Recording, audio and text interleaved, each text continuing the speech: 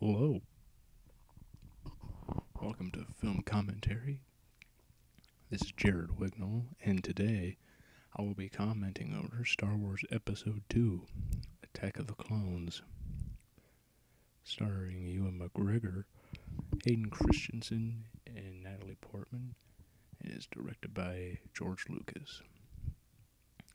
If you have your copy of the film synced up at 0 and ready to go, we shall begin in 3, 2, 1, play.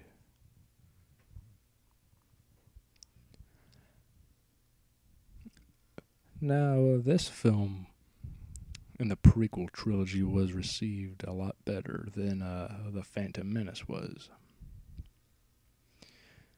With that said, it still did have people criticize the movie.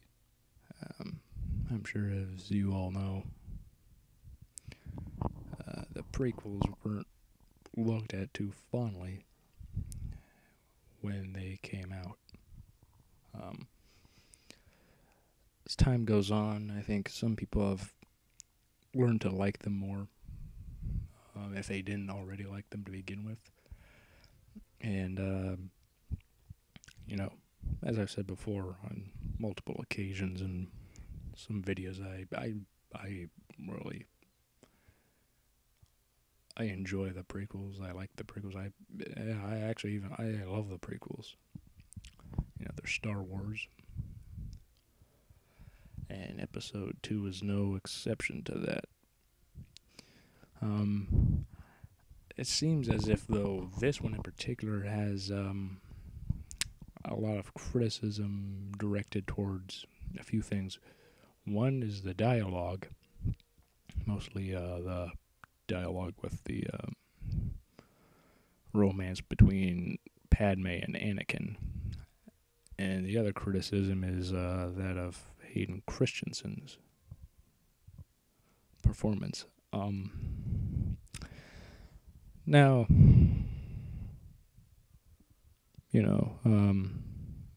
here's something that's interesting. We go up instead of down when to view a planet, which hadn't been done before, or really since. This is the only film at this time of Star Wars where after the scroll, we go up as opposed to going down to see a planet and a ship coming to view.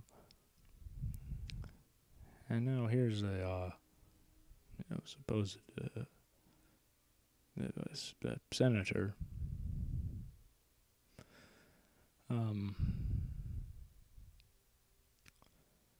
This has some gorgeous scenery of the cities of Coruscant.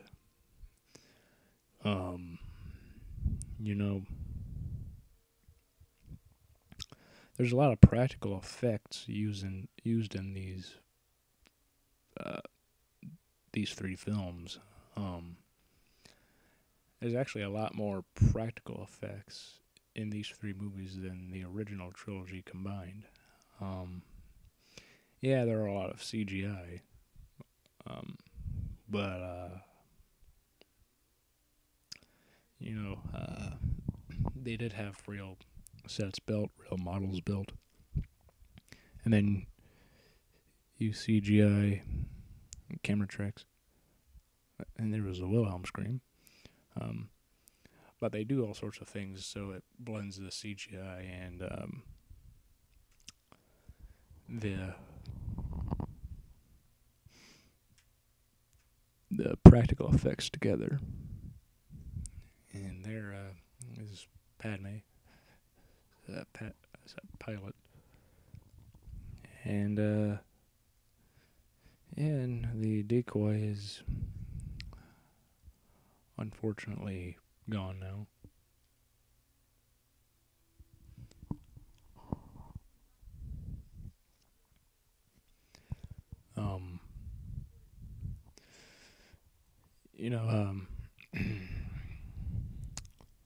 Again, in the Phantom Menace commentary, I noted how there was like a plan, a very small one of, you know, here's CGI Yoda for the first time. I know they replaced that in the Blu-ray of the Phantom Menace, but CGI Yoda looks pretty good. Ian McDermott as Palpatine, and Samuel L. Jackson as Mace Windu, telling them that they're not soldiers, they're peacekeepers. Whereas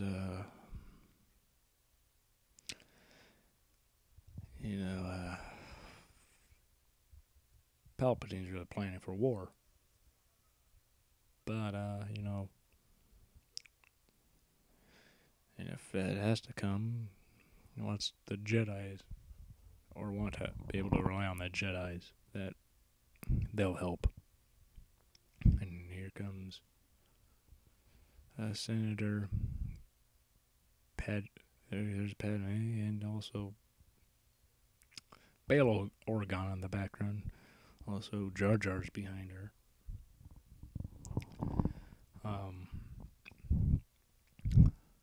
Again, with that whole Darth Jar Jar, Jar Jar being a Sith originally planned out. There have been people that point also certain things in this film.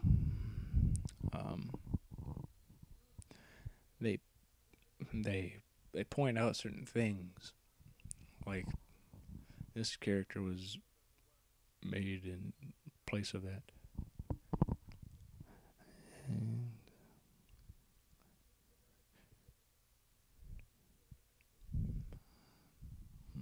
Yoda.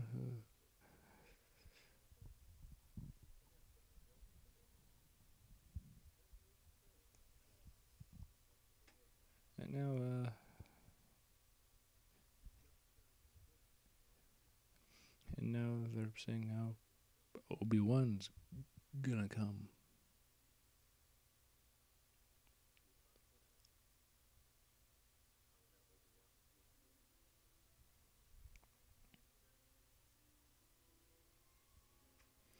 Yeah, this is all Palpatine's doing. And here is Obi-Wan and Anakin.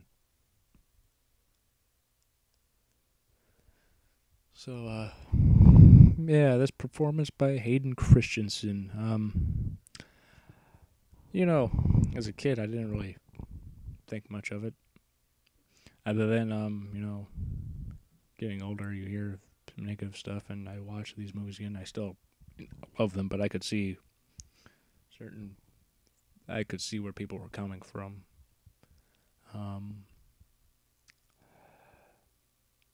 But I don't know. Here's Jar Jar, just walking along.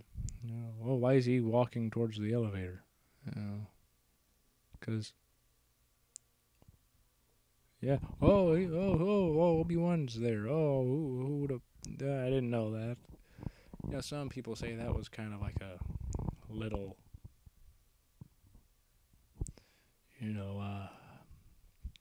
indication, like, oh, well, how did Jar Jar know to go to the elevator where Obi-Wan and Anakin were at, unless he knows the Force.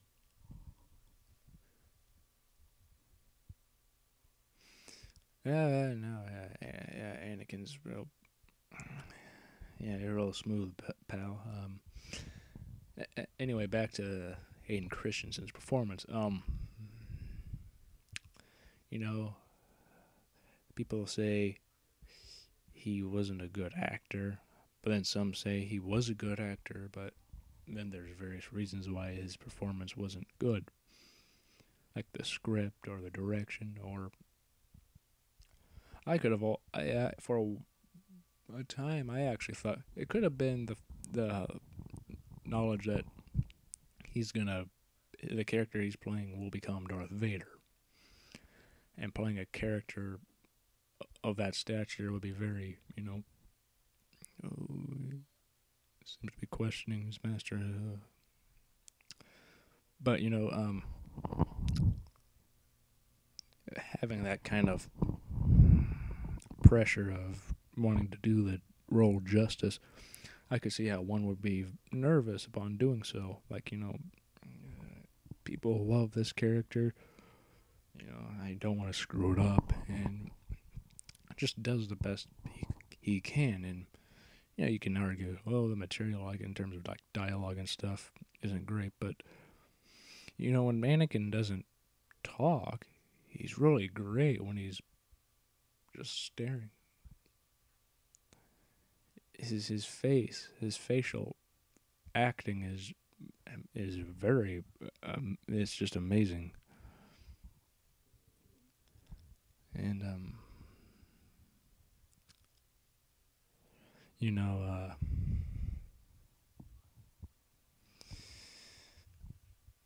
but I was reading something where people were talking, like, kind of like somewhat in defense of the prequels. Oh, and here's Zem, and Jango Fett. Yeah, Boba Fett's father.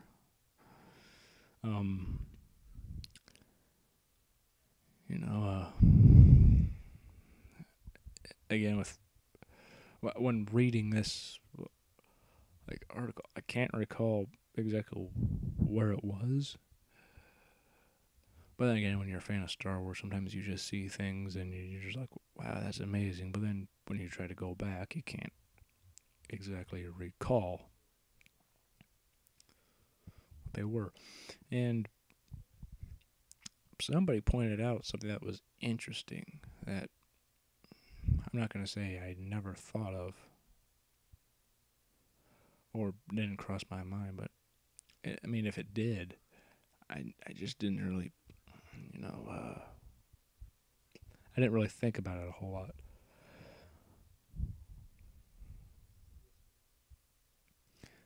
And here they're talking about how Padme's using her as bait. And somebody and the person writing wrote, somebody had the person who wrote this article was saying like how about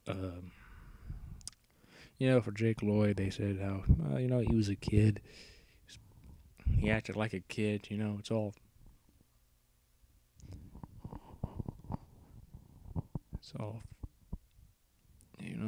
it's fine, pretty much as he acted like a kid. What more do you really want from him? And I like, that's kind of a fair thing. He acted like a kid would in a circumstance like that, and you can criticize here or there certain, like the way he delivers it, sure, but I didn't think it was completely awful. And he was never the greatest actor, but I don't believe he deserved the hate he did. And even now, and I too believe that. And then they were also saying Hayden Christensen doesn't deserve the hate he has gotten either, and I agree with that as well. R2D2 looking awesome. But then again, he's R2D2. He's pretty much is this guarantee. But basically, they're saying about Hayden Christensen, how his character of Anakin is at that point, and how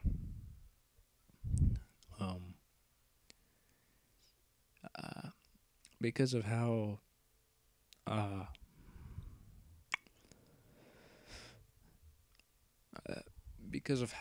his upbringing is for like the first 9 years of his life.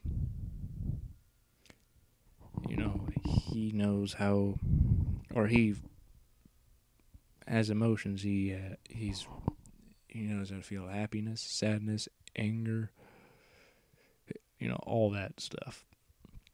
And Jedis normally are trained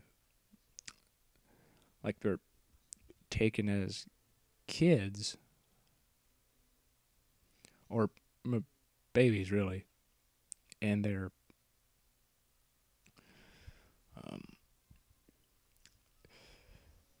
and then from there they're raised and trained. Obviously, they consider their parents because they have the ability to use the Force. So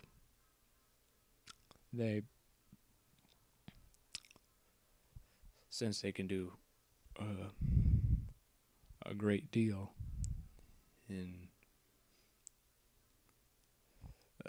for the Republic, and if trained to use the Force properly, like as a Jedi, they could be a great, they could serve a great cause. And with that in mind, and how it was very unorthodox of the training of Anakin, just as it was of the training of Luke. Like saying, "Oh, he's too old to be trained."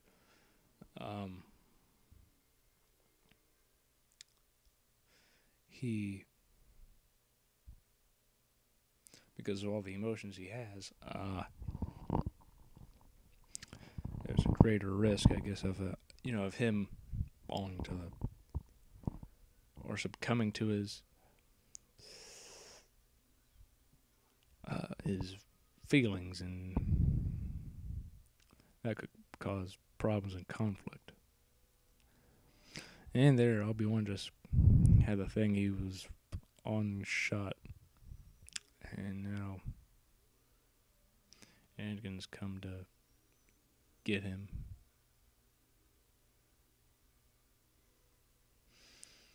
And but again, when they talk about Hayden Christensen, with all that in mind, of how he's supposed to be very, he knows how to, he hasn't shut out his feelings. And then when he sees Padme again and is around her, he doesn't know how to properly articulate the feelings he has for her. He loves Padme, and the love he feels for her is different from the love he felt for his mother, because the feelings one has towards their mother and then towards another woman that they're attracted to, are obviously two different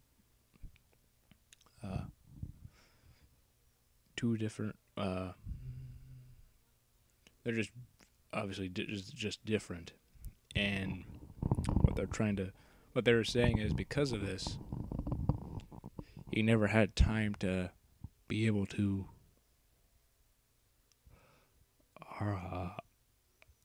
he never went through the period of time where he would have been able to sort those feelings out and not come off all creepy and weird and just sounding very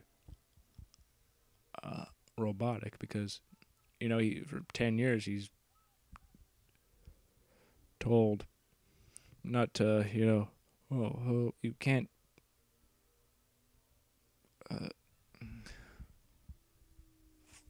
feel happiness, feel anger, sadness, feel love. And yet, because he was not taken in by the Jedi in the traditional way, he can't get rid of these feelings. And as a result of that, that's going to have some conflict with how Anakin handles certain things in the prequels, as obviously as we watch. And yeah, I thought I should just get that out of the way. And there he goes. And also that also pertains to the whole thing of Anakin's whiny and stuff. It's like, well, again, all these feelings are coming towards him, and he doesn't. Since he was told to ignore them, he doesn't know how to properly articulate them again. And I think it's different from that of Luke Skywalker. I know people complain about him in Episode 4 of whining, but I think for him,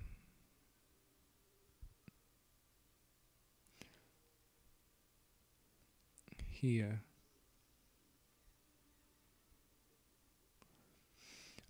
because of Uncle Ben and how he was, and didn't want him to do certain things and like go off to the academy, do this and that. You know, I felt like there was always like this unsung part of the relationship Luke and Owen have that we never saw. We just see a very short little glimpse of it. But even then, with that whole... But even if you do think they're both whiny and don't necessarily look at the reasons potentially why, you know, with Luke, you know, the way Owen was and how every time he tries to do something, like, even if he's, whether it be like he's acting like his father or whatever, and because they wouldn't like talk about his father a lot, and if they did, they would be like just like lies, just stories to protect him.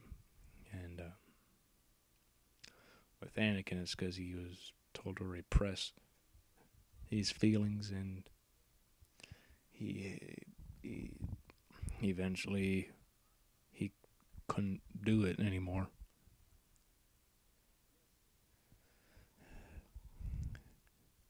And they're going to this club. Oh, foreshadowing. Oh, that's funny. Now this is quite a nightclub. And look at all the stuff on TV. Oh, pod racing.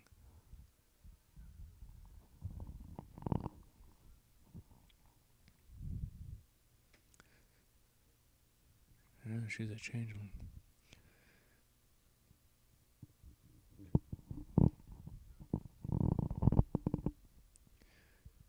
Yeah, seeing these scenes, you know, even with the way Hayden Christensen delivers lines, it's not bad. It's just very odd and kind of creepy. Oh, and there's Ahmed Best, Jar Jar Binks there. The death sticks. Want to go home and rethink your life, the old Jedi mind trick. Oh, there she is.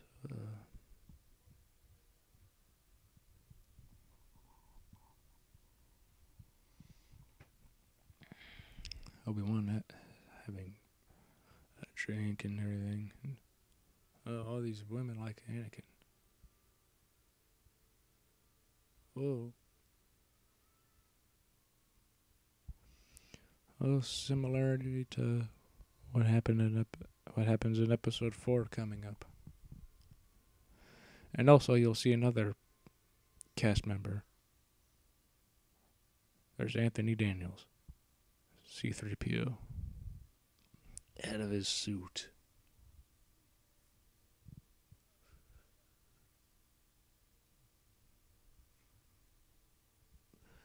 So yeah, that's my whole thing with Anakin, Hayden Christensen performance and characterization in these films, and you know, because scenes like this, he's not bad at all. Oh, you're about to snitch, and that's not good. Oh, and there goes Jango Fett.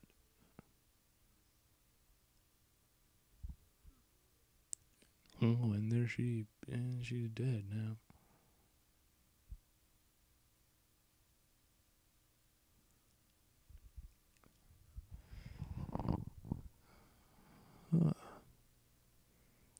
So yeah, I guess you could say I think that the dialogue and all that stuff fits within this film.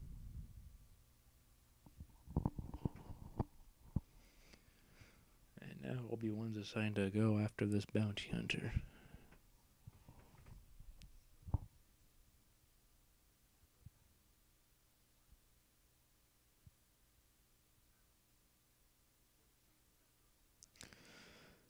And now they give Anakin the task of keeping an eye on Padme, and making sure she's safe on Naboo.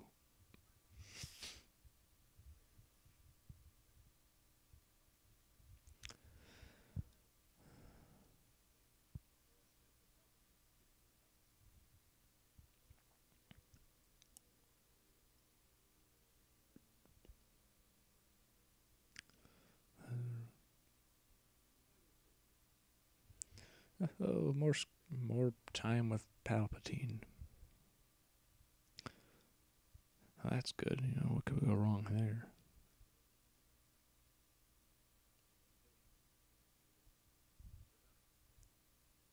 He's giving Anakin guidance already. Oh.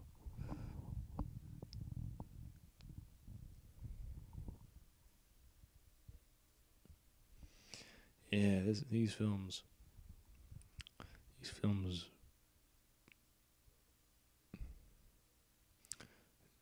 they are amazing.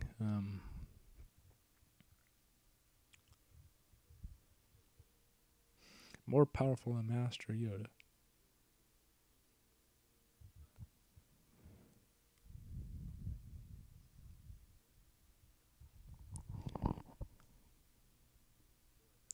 Yeah.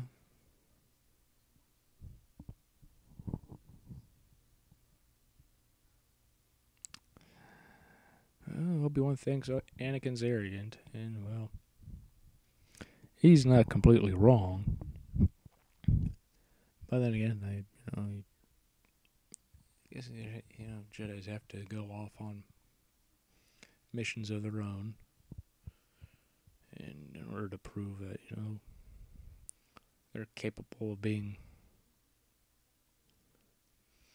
handling themselves out there. And now people are saying Jar Jar here is using the Force on Padme with moving his hands and being now a representative for her as she's gone.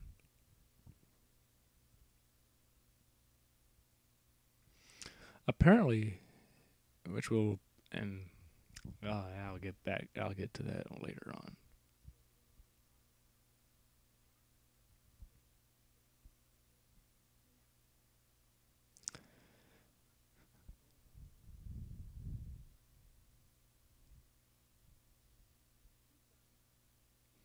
Well, yep. Yes, Anakin has grown up. Thank you for noticing. Those droids outside. Fixing the window.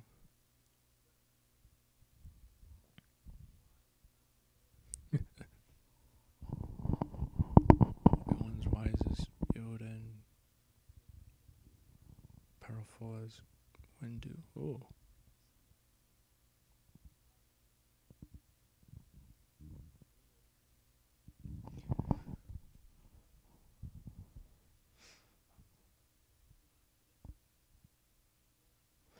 Well, you're just venting now, Anakin. You need to just calm down. Doesn't understand. Well,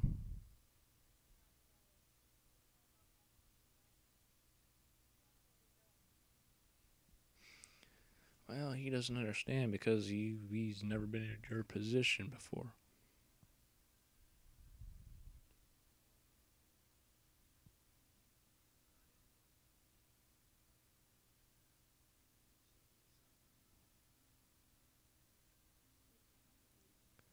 Oh.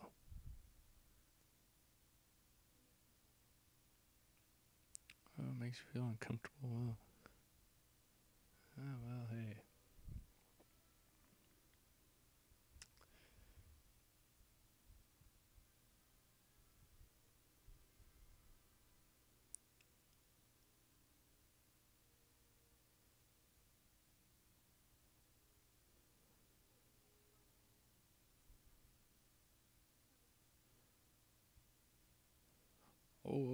Calm down.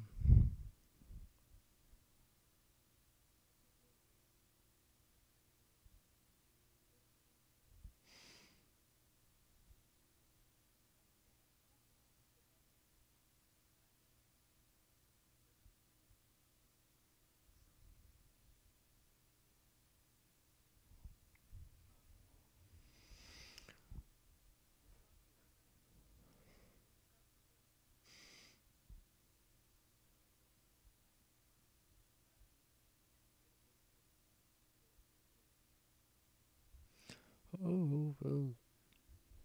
Saying their goodbyes for a while. Oh, here comes R2.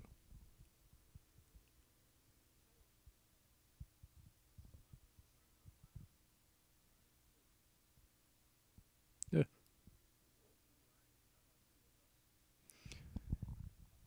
Yeah, R2 will protect you guys.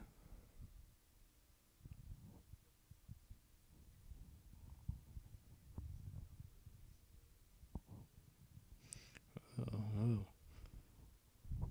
I'm curious as to how he lost his eye. I'm sure in a battle of sorts, but I never looked up that character in his bio. I should probably do that. Oh, and here we go to the diner.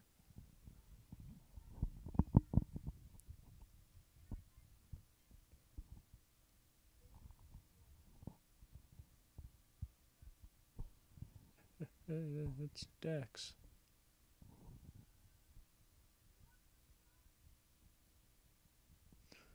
Jawa juice. I'm curious as to, you know,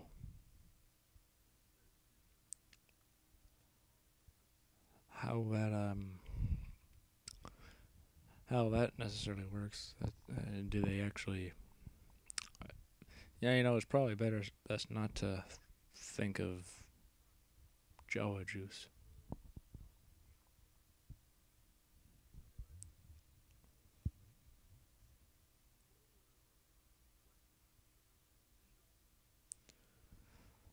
Camino.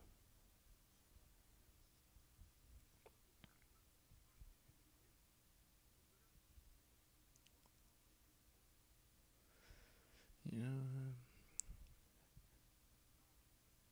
Dex has he has a mustache.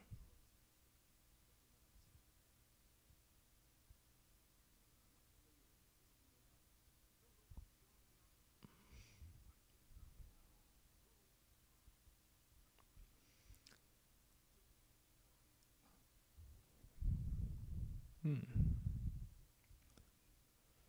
Uh, just looking at the backgrounds and stuff is really interesting.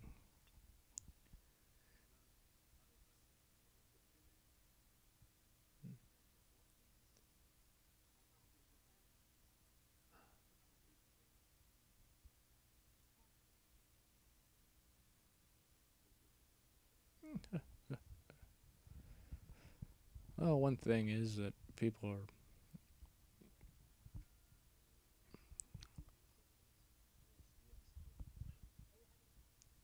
There's a bust of George Lucas in there.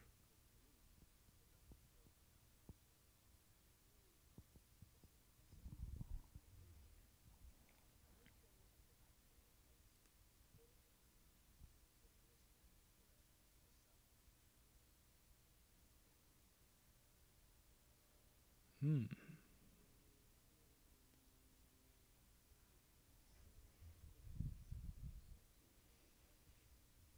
Hmm. Doesn't exist. The archives are incomplete.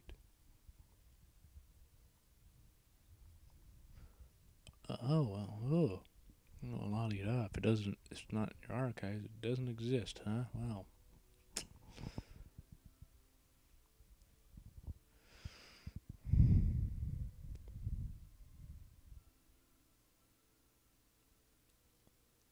Well, and now,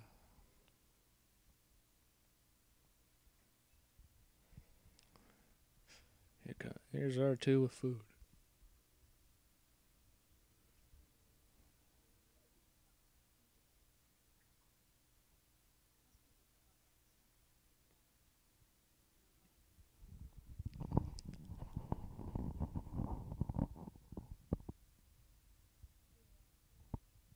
Hmm. Hmm. Attachments forbidden.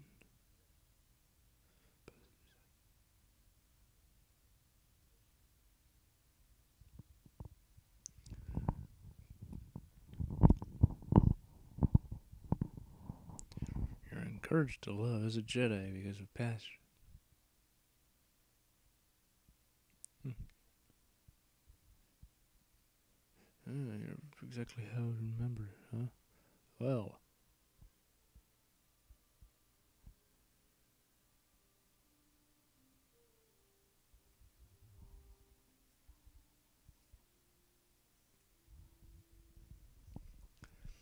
And here is the thing of how Yoda trained Obi-Wan. Was I any different when you taught me?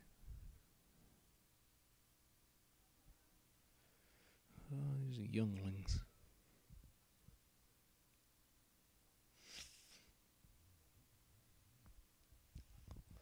You gotta love Yoda. He's a great character. Very wise and funny.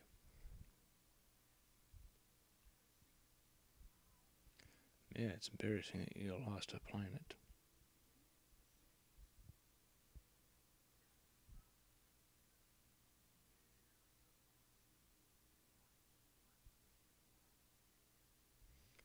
Alright, here we go. We're gonna try and find the planet. Oh, it's not there.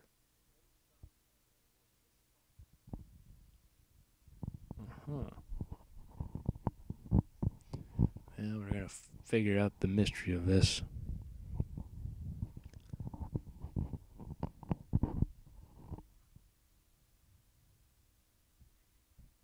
Hmm.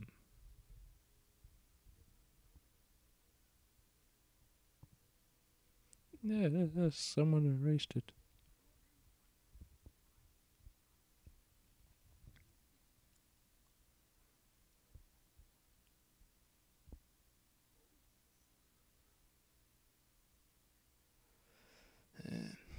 In the center of gravity. Your planet you will find. And then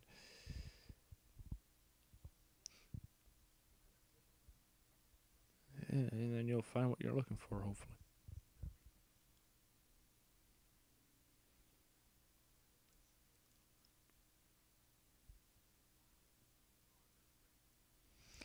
Yeah. Who would have who would have dared,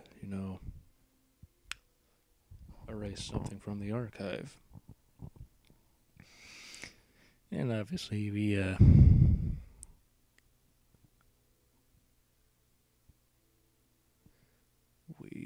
later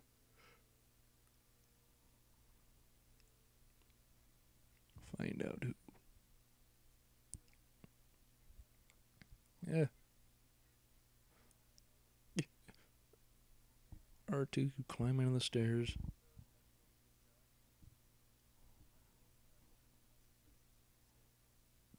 And the Constitution. Oh, you have Constitutions there too, huh? Oh.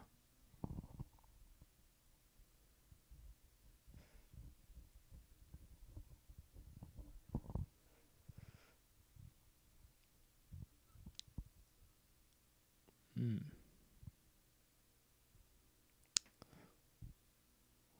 Well, now it's time to have a meeting.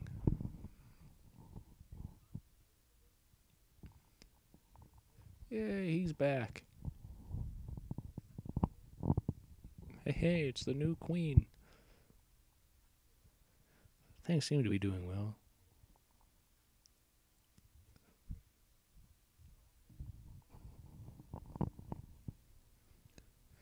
That dude, if he had a longer beard, he bit longer, he could be past as Santa. Well, then again, he probably could already, but still. Well,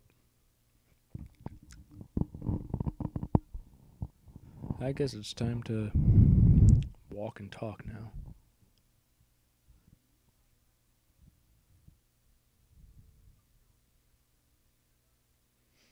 Hmm. He's not. Oh, he's not a Jedi yet, Paul. He's a Jedi. Oh, offended Anakin.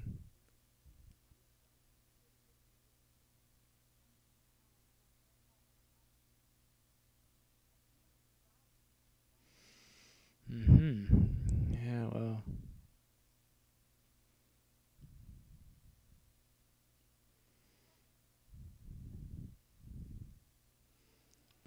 Yeah, well. Clearly, Anakin's not particularly too happy, and gotta love those starfighters. Jedi starfighters, as they call them. And there's Camino. It's a water planet. All right. It kind of looks like that of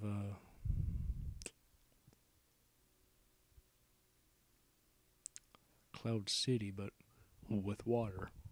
Instead of being a city in the clouds, it's a city in the ocean.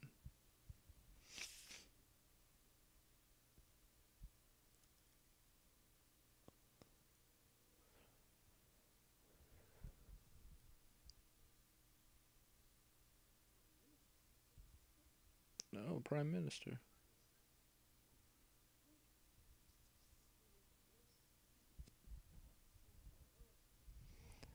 Yeah, you're expected, Obi-Wan.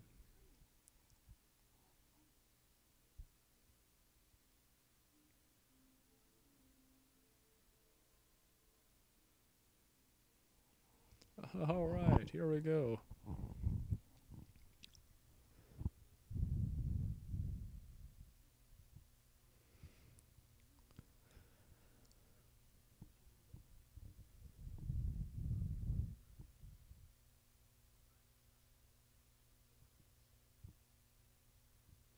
All right, let's talking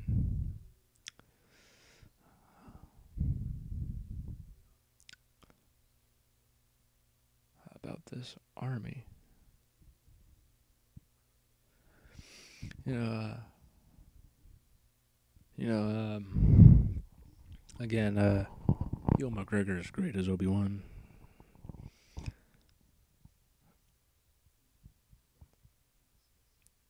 Let's just say for Diaz.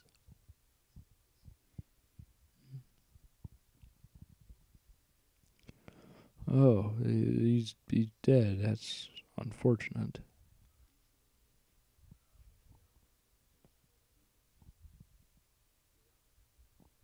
Yeah, the army.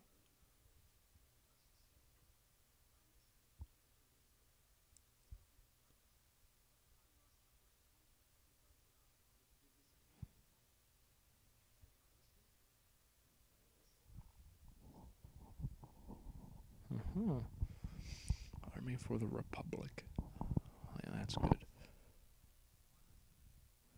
And now we're gonna look at the army.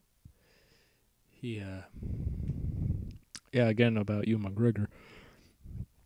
His performance is stellar in this film, as in all of these. All these films. His Obi-Wan I like more than Alec Guinness, but Alec Guinness was great. The thing is, you see more of Obi-Wan in the prequels than in the original trilogy. He really played a major part in Episode 4 and 5 and 6. he did give Luke some guidance and told him some stuff, but didn't really do a whole lot. Oh, and there's that sand line. People like to always make fun of.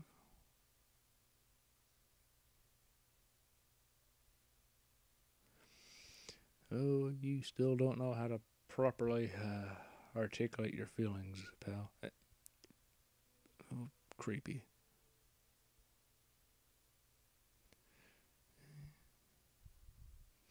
But again, as I already illustrated, I don't see how bad it is.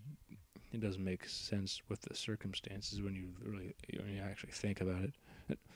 Oh, yeah, they kissed. That's nice. Whoops. That was inappropriate. You shouldn't. Yeah, you shouldn't. And now you're like,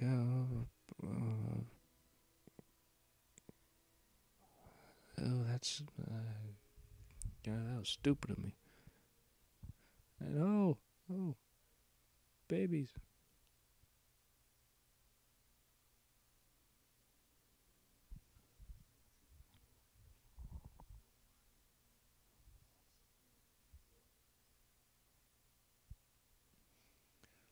Oh.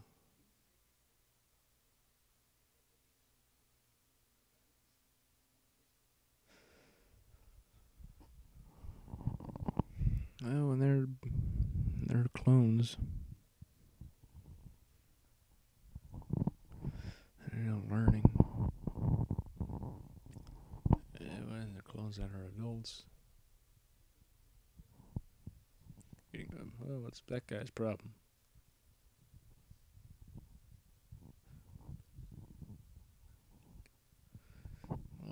That one clone looked a little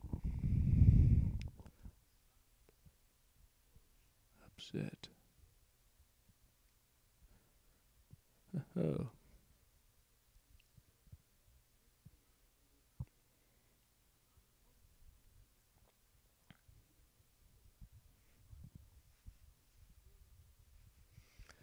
And now they're getting helmets. Something interesting, the all the clone troopers, not one single piece of material was made for them. They're all CGI. And people can complain about all the CGI in the prequels, but I have to say, something like this, that's impressive when you were able to, when CGI has got to the point where you're able to have all that.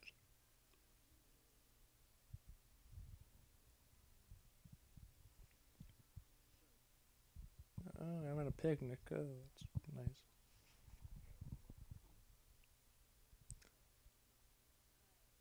Jedi mind tricks work on the weak-minded.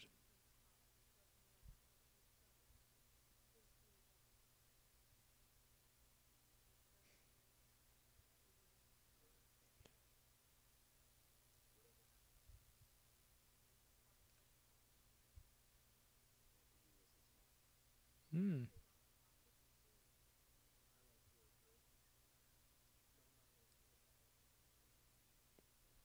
Hmm.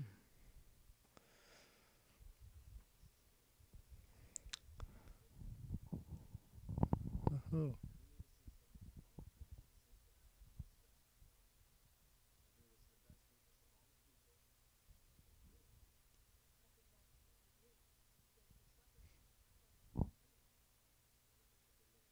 Oh, they should be made to agree. Oh, well, then you're talking about. Yeah, well, that's so hinting. It's.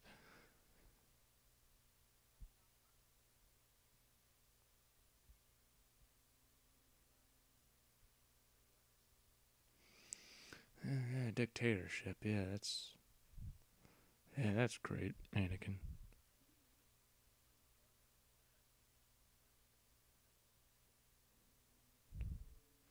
Oh, you want to make fun of her? Oh, that's nice. No way. We're gonna just run around in the field. That's whoa. Yeah, there you go. Be on that. Yeah, be on that thing. Whoa.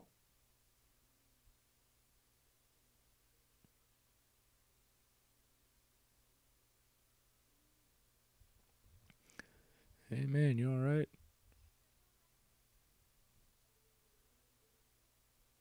Whoa. Well, they're having fun.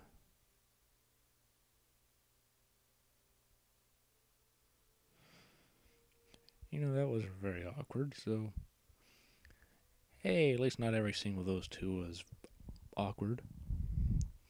Oh, now we're gonna see Django fit again. We're gonna, but first we get to see Boba.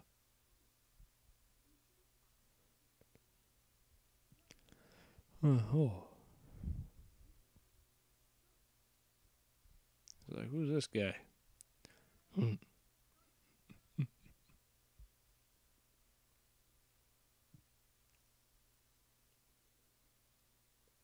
Oh, it's armor.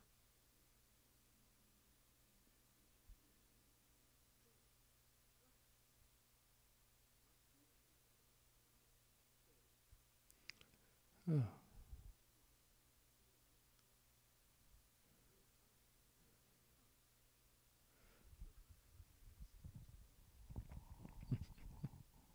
Obi-Wan knows something's up.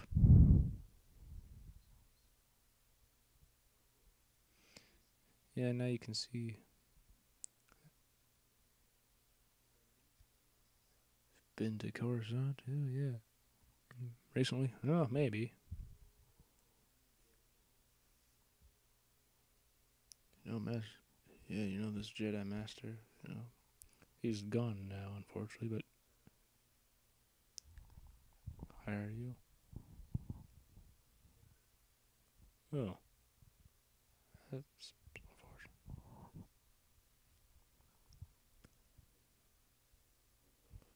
Oh, Tyrannus.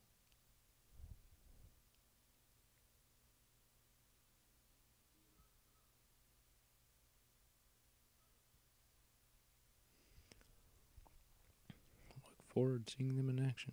Alright.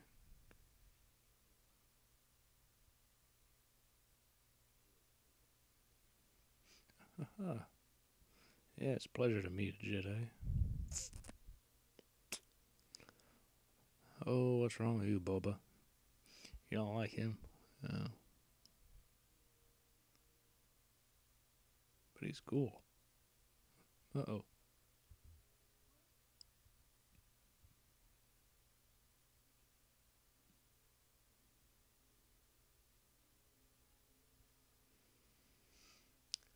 Oh, well, you just got back. Now we're gonna eat. That's good. You need to do that, otherwise. What? Whoa.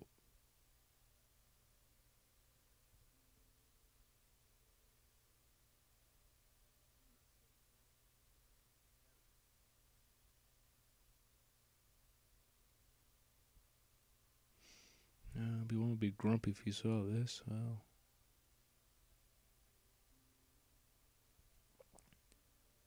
using a pear, or yeah, using the force to get a pear. Oh, here we go. Oh,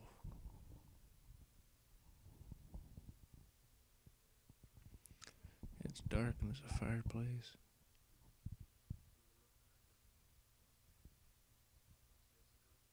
Hmm. Well, that's sweet. He's thought of you all these years. You're in pain now. Oh,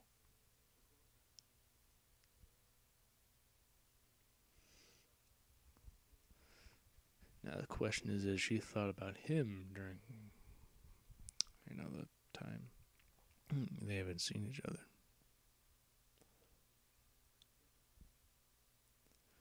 kiss that they never should have had, but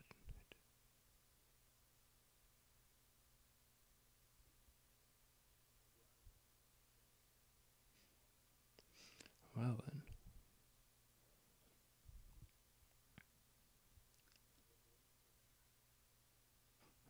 Wow.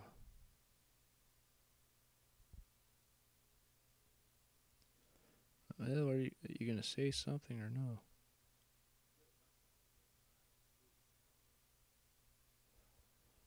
Yeah, say something. Can't.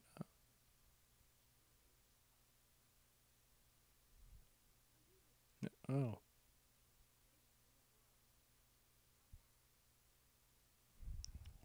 well. I'm a senator and you're a Jedi. It won't work.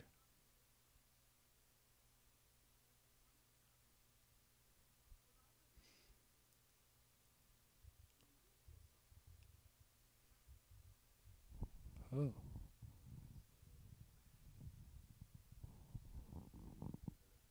You can't be rational? That sucks. You know, you think Jedi should be rational at least at times. Oh, now you've upset Anakin.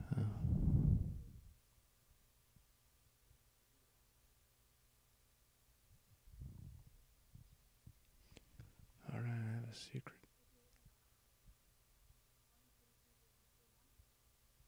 You don't know if you could.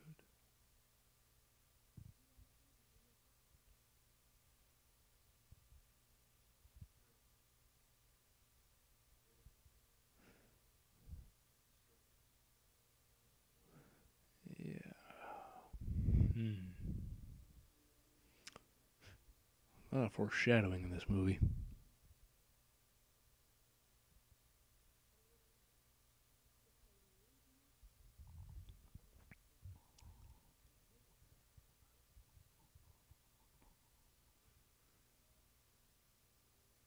Oh, yes. Oh. Well, the upshot is everyone else on Camino seemed very friendly. R4.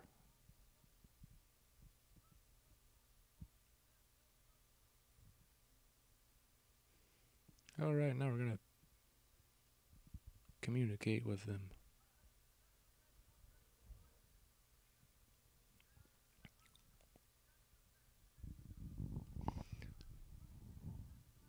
Clone army.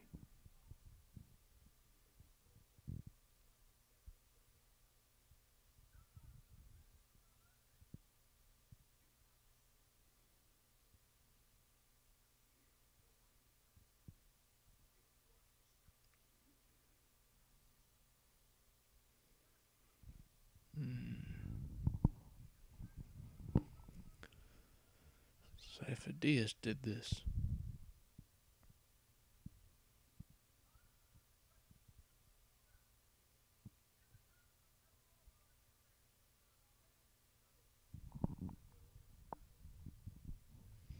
Uh-oh.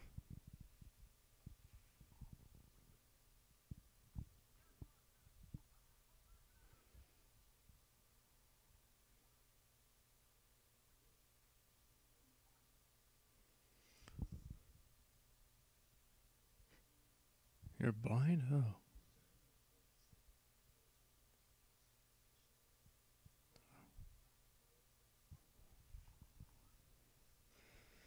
Yeah, blind to the Sith, unfortunately. Yeah.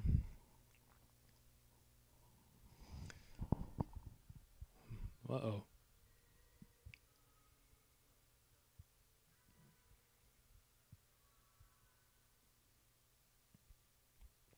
Well, that's not good.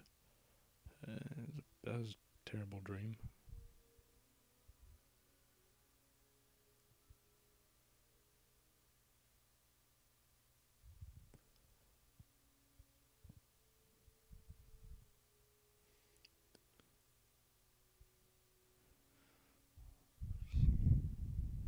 Looking at. Oh.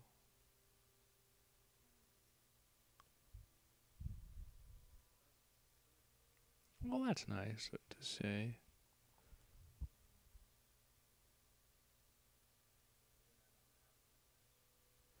Jedi's don't have nightmares. Yeah, you need emotion and feelings to have nightmares.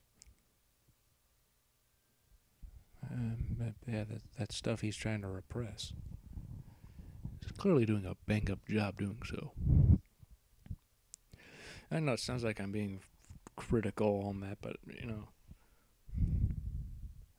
or something. But hey, it's kind of fun to poke fun at. It's fun to poke fun at something like that.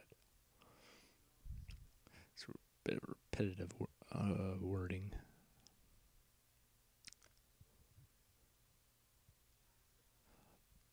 Something I haven't mentioned is the score by John Williams. It's really great. Um, Again, as always, 6 films. The score is phenomenal. John Williams always brings his A game. Oh, here we go. Whoa, whoa, whoa.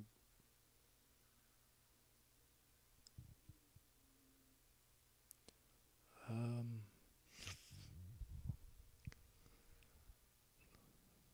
um, yeah, watch out for the missile. Oh, hey, you gave Anakin a bunch of grief about, not losing your lightsaber. You need to get that. Uh oh. Ah, you dropped your gun. Hand to hand combat. Oh.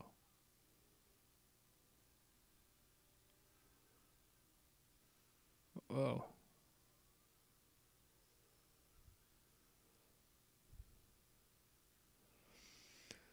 This seems cool.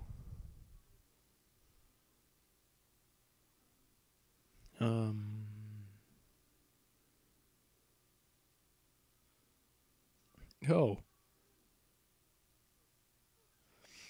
No, that isn't good.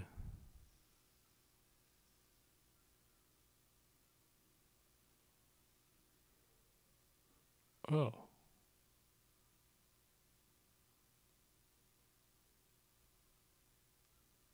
Um.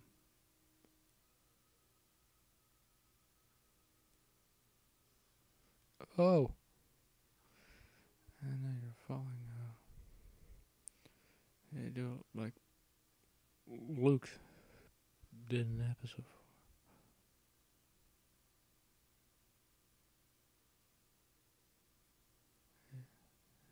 4. Yeah, he's gone. You don't have to worry about him anymore.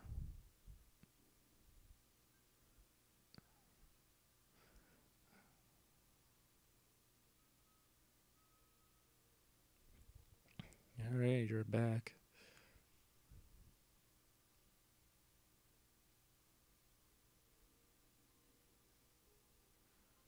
Alright. And Boba and Jango hit his head. That was to indicate that, see, even the clones and those later stormtroopers aren't.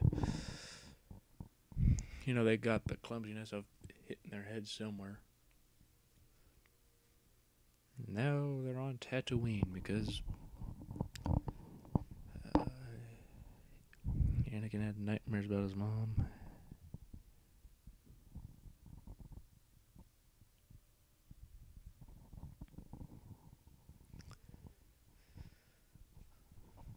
Always good to be back on Tatooine. Didn't see this planned in Empire Strikes Back.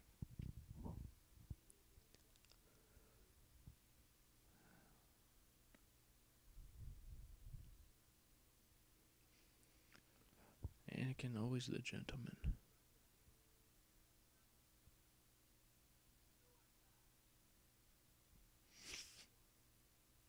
Oh, water.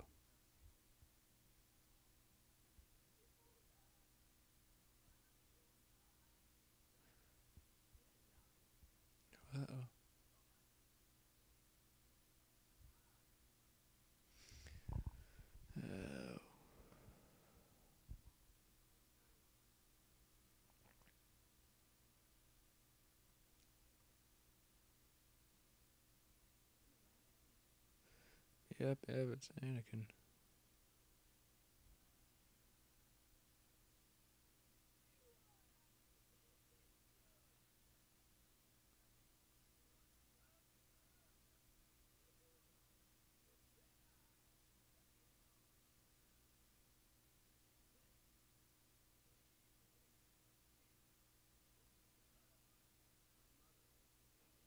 Yeah, Mom.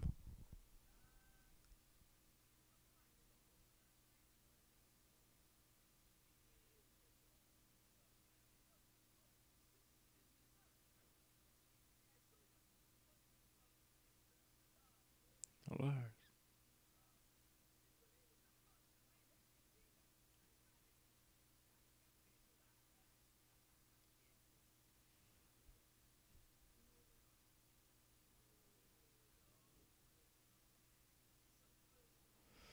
Uh, well, now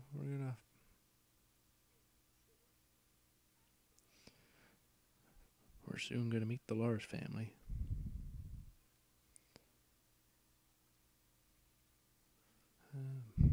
But first we going to Geonosis. Have a little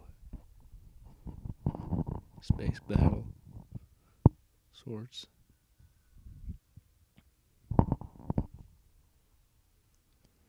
You know, you can always say what you want, but the action scenes and stuff in these films are brilliantly directed by Lucas.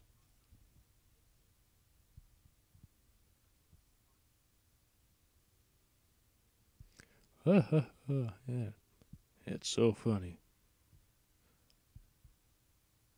Oh,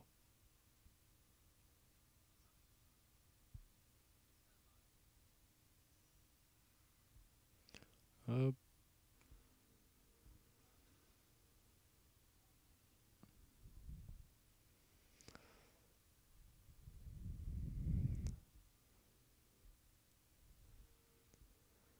oh, whoa, whoa, ooh. Oh yeah, good, Bill. Well,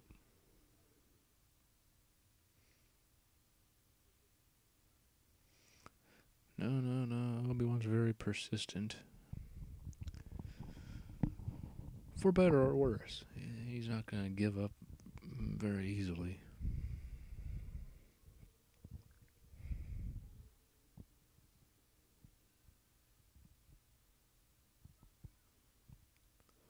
Uh,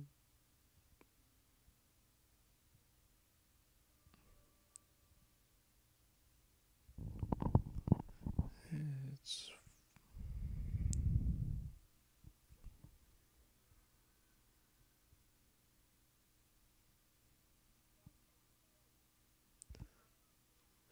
all right. Yeah, we're gonna just be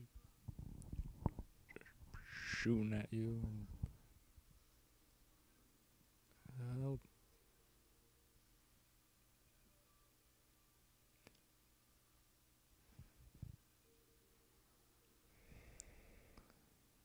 Asteroid fields. Whoa.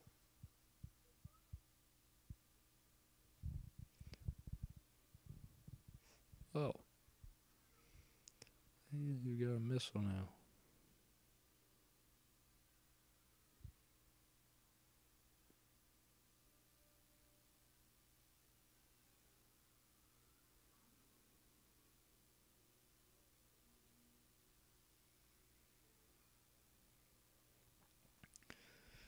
Um.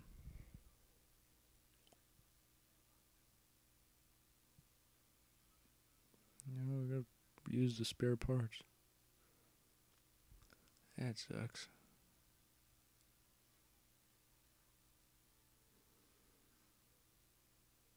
Uh-oh.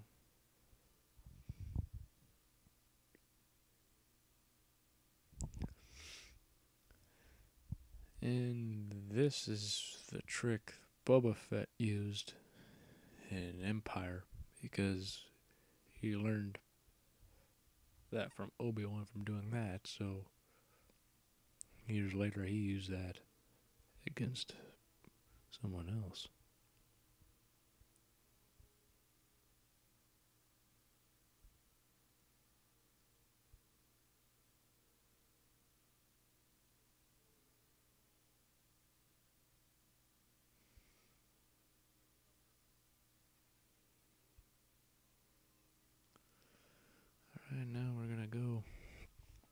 follow them to the planet.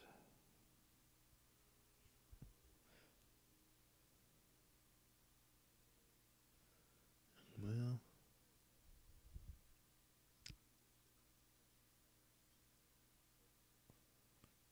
Federation ships. Uh-oh.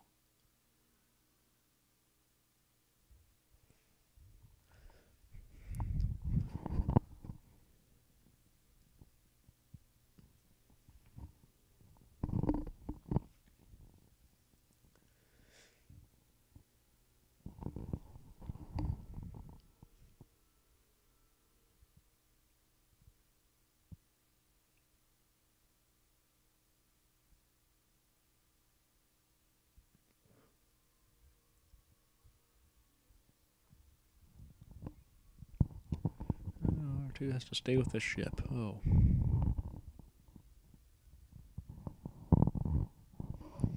Oh, hey, it's C-3PO.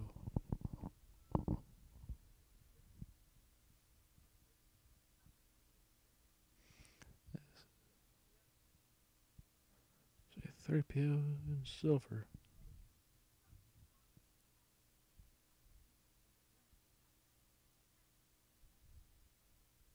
Hmm.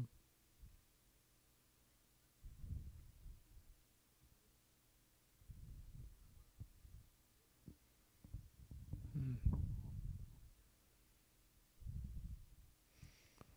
Better go and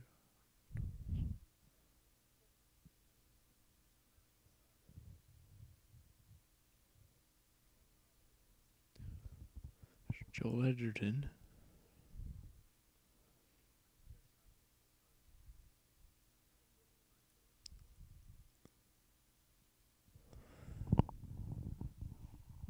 Oh. Glorious. Oh.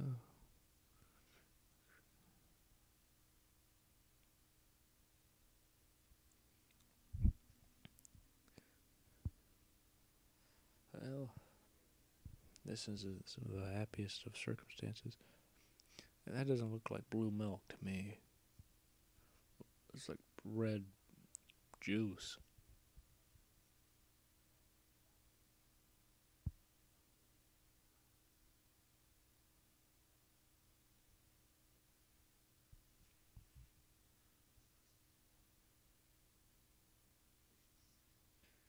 Oh.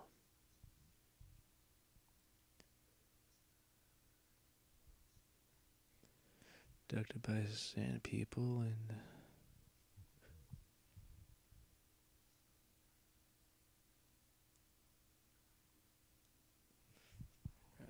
lost his leg, yes.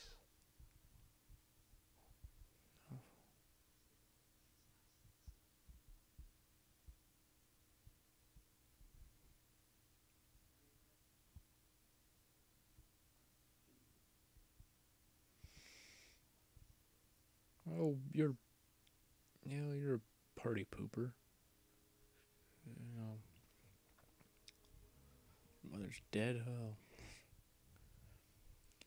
And then here in this shadow, there it has like the helmet of Darth Vader accidentally. You know, just right when he turned his head. Ain't even there. It's somewhat reminiscent of Darth Vader's helmet. And that was an accident too. It was an actual shadow. It wasn't just like it wasn't CGI'd like that.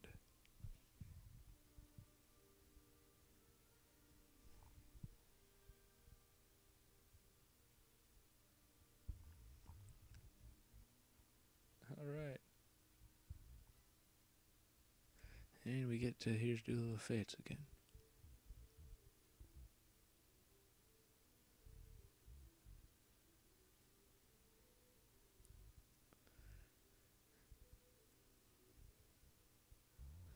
Yeah. I've always liked Tatooine. And oh well, there's Jawas. But with that said, it's always good to see new planets. And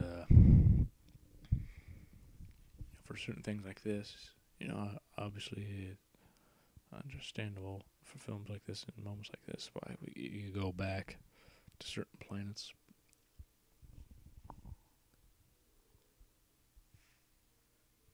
Obi-Wan, you just,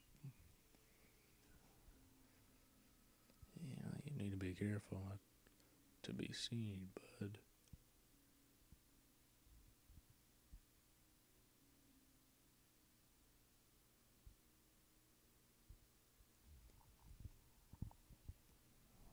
Ooh.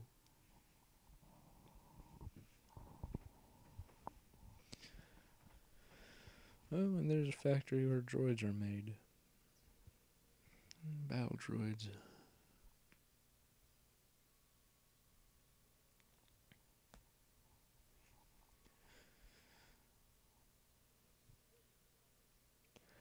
And here's the first time we see, or hear, in the see, Count Dooku, or Darth Tyrannus, played by Christopher Lee. The great Christopher Lee.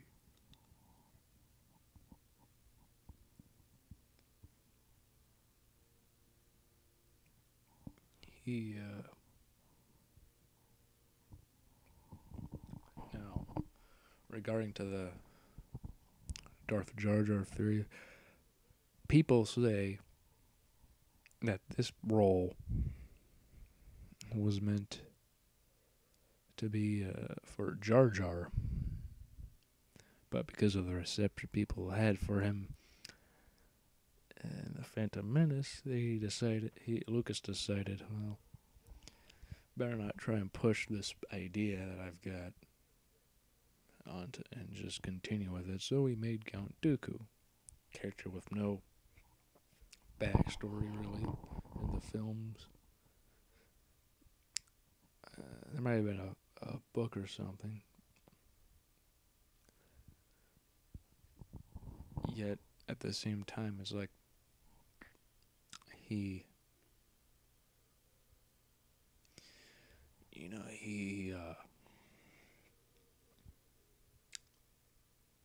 there really isn't a whole lot known about Count Dooku except for a few things here and there, like he was Jedi, and no, he's not. But when you hear the Darth Jar Jar theory, there are things that makes it like, this would have been very possible. This theory that the idea, original intent was for Jar Jar to be evil. But, I know. There's Shmi. Got a bit carried away there. And she doesn't look good. She's been beaten and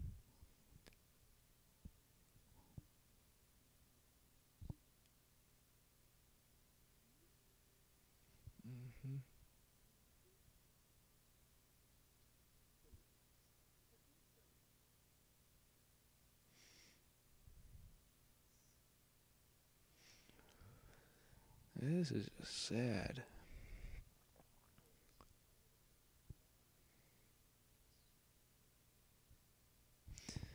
Oh man, this is, moments like this you can understand why he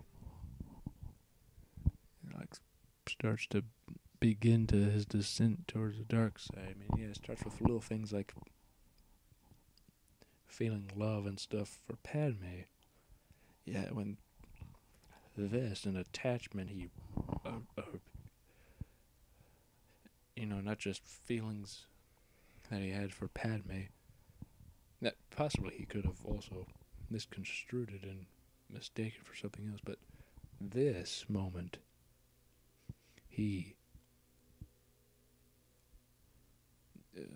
somebody he always loved is now gone, and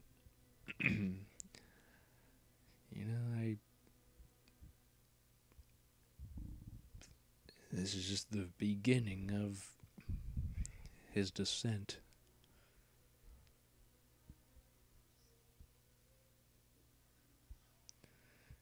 And now they're... Oh! And Qui-Gon Jinn.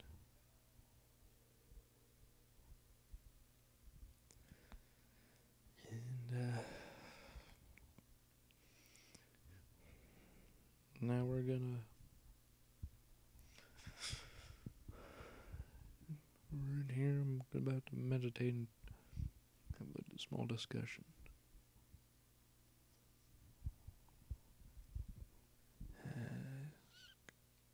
Skywalker feels pain.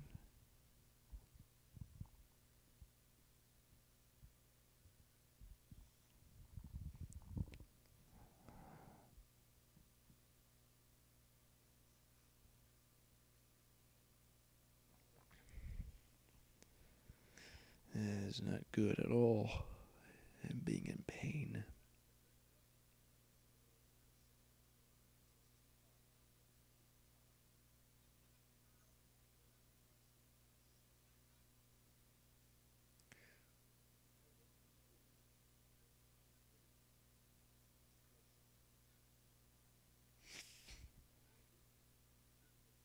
Oh, here, Anakin.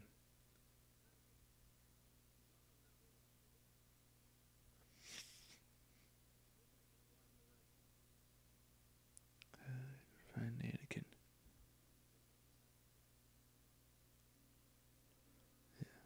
Uh-oh, well, now you've been found it out.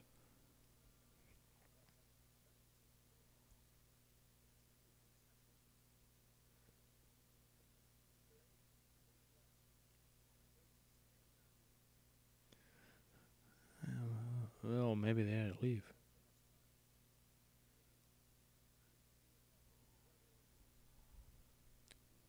Oh. Yeah, well, you don't have much time.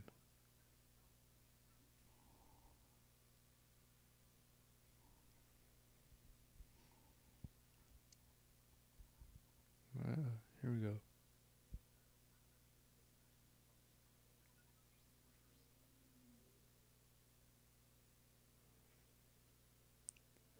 Well, Anakin's back. Unfortunately.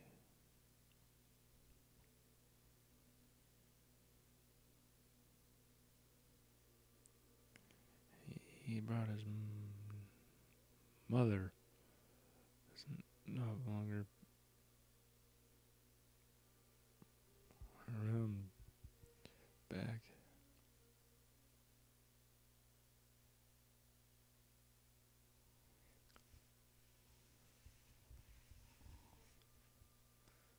Hey, there's blue milk.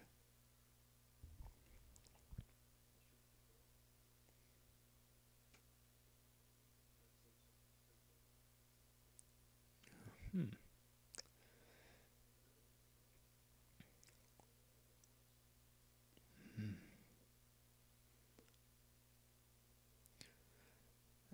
Don't beat yourself up.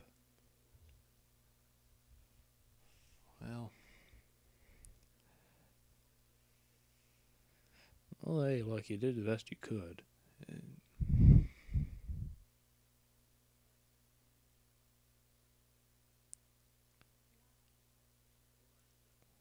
Oh,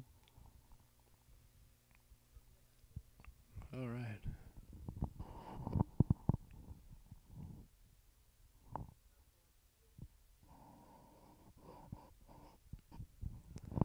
Stop people from dying. That would be quite a trick.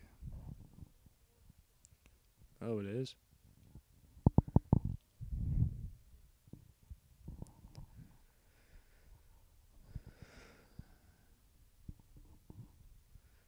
Oh, you're just upset. Your mom dying, as well as angry at the Tusken Raiders that you killed.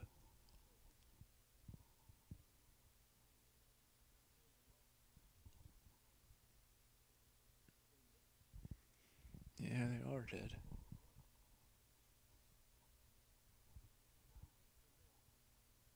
Oh.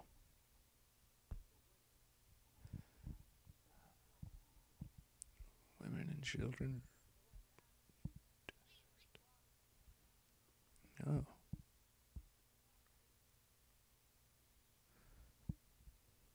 I think you.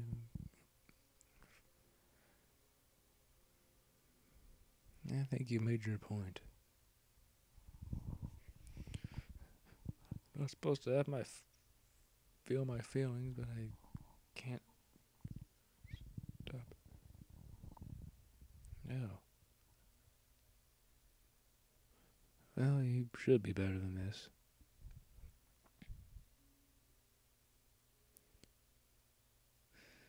Oh, it'll be. Well.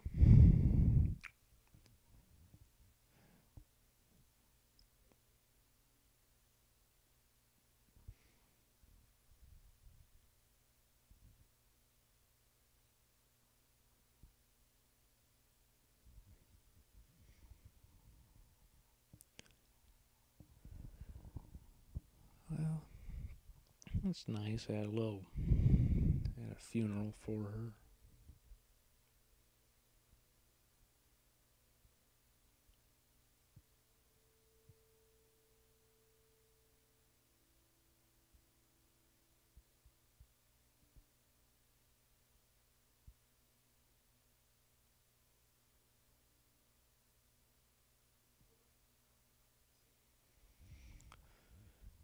Yeah, that looks a lot like dirt.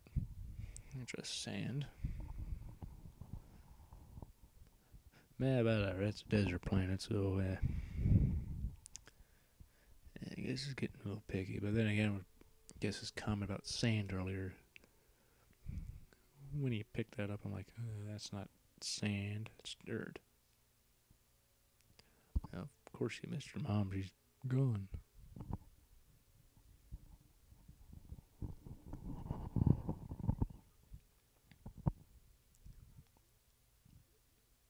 Well,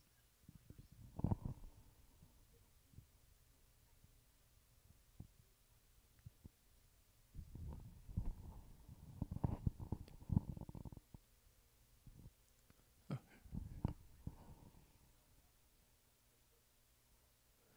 translate the message to Coruscant. All right, here we go.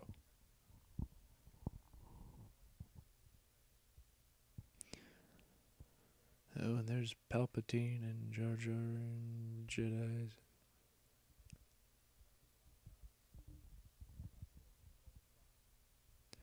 Telling everybody what's going on. Uh-oh.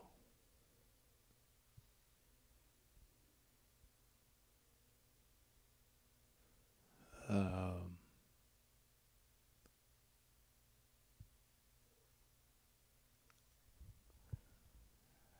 that's unfortunate. He's, kidnapped.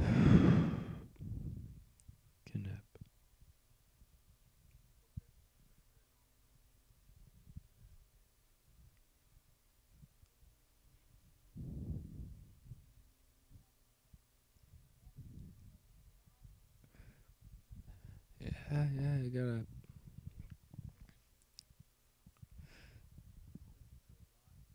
So, we're gonna.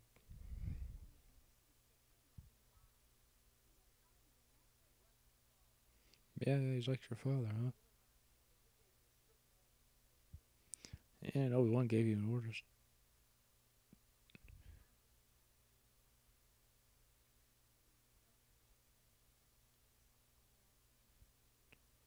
Hmm.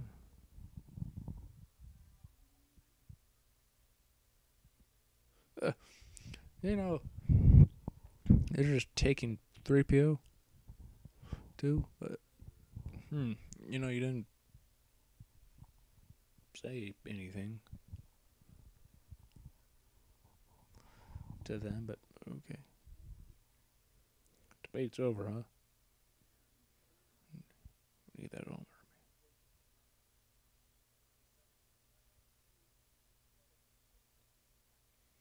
Hmm. Hmm. Jar Jar's there. Cool. Hmm.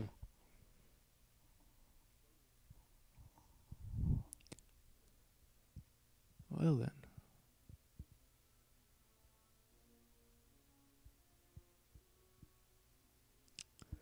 Huh. Well. Well then,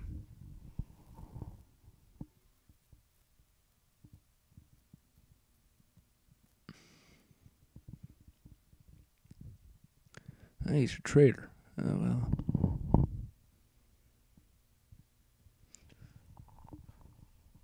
Terrible mistake. Oh. So remember,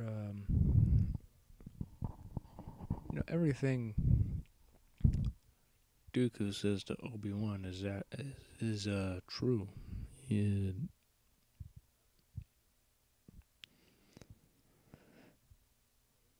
but he doesn't believe it. But then again,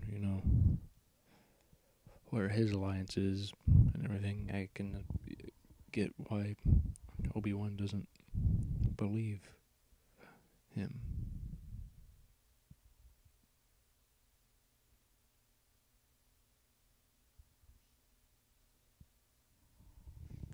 He's using Qui-Gon Jinn to try to get,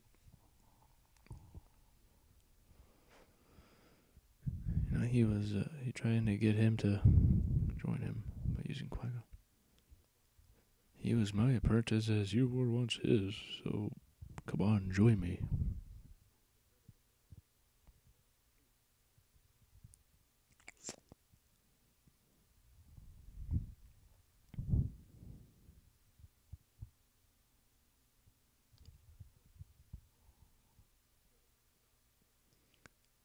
Yeah, here we go.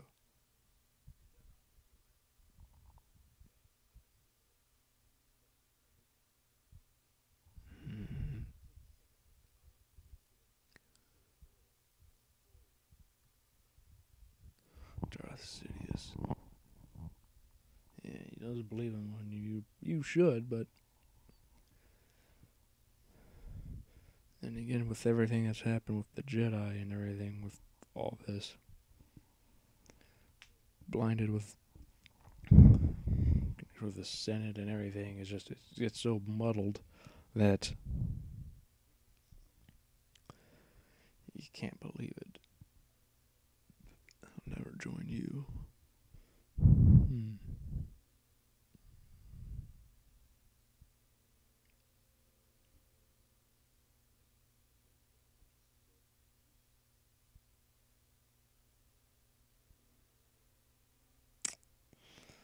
That is unfortunate. No, here we go. Here you go. Here's another thing with Darth Jar Jar. Senate.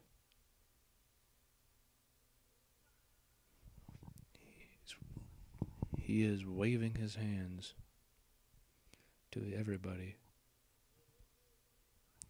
And if he's such an idiot, why would everybody agree to this? Yet they do. Use the Force. Oh. And now, what happened here, Palpatine having emergency powers, is exactly how Adolf Hitler became in power.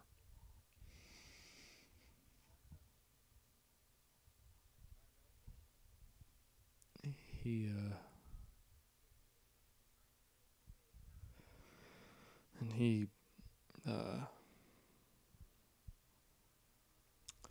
yeah, Hitler is the inspiration for the Palpatine, the Emperor, and also stormtroopers. And with the whole emergency powers now being in the hands of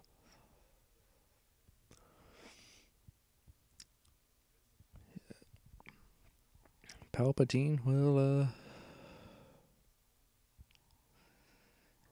now he can do what he wants, essentially, and enact the clone army and begin this war in order order to get the power he wants and will have.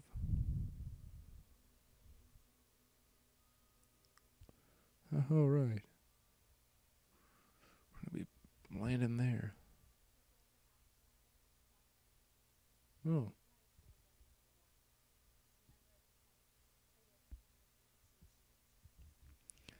We need to be friends with these people, not enemies.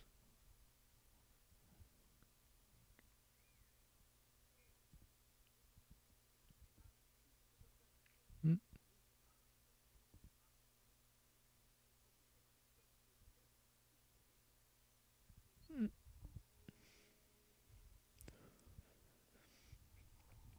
Yeah, just staying there, Oh.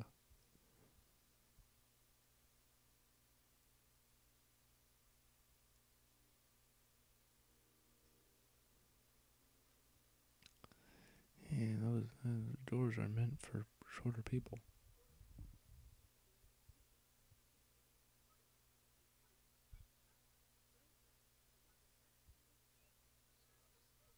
Oh.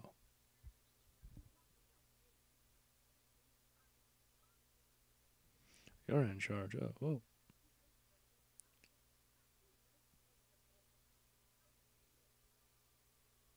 Yeah, here we go. We're gonna get out of the ship. Because staying there's boring. Uh-oh.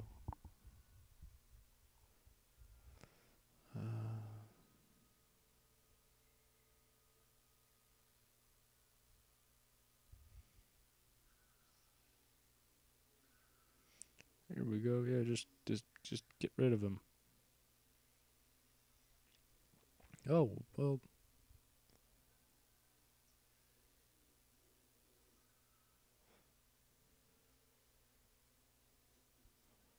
Whoa. Um.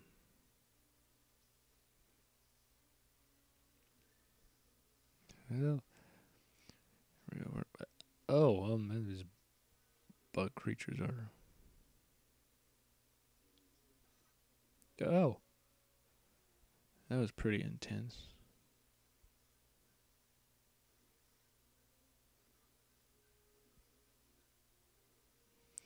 Oh, go. Oh.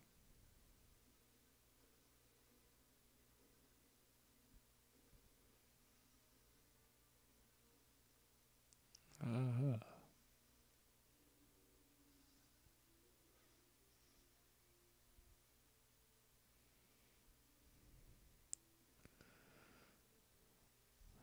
This is pretty interesting. Oh.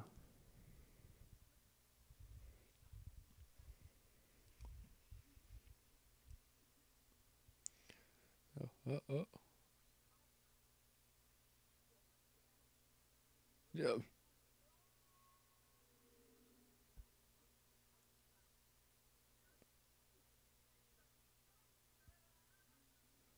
Uh-oh. Well, that's not good. Here's something that fans have complained about. Like, why does R2 have rockets? And then, obviously, as they made in the books, like, oh, well, you see, he got them damaged between 3 and 4. So, hence why he doesn't use those in the original trilogy. And, I never had a problem with R2D2 using rockets to fly or anything.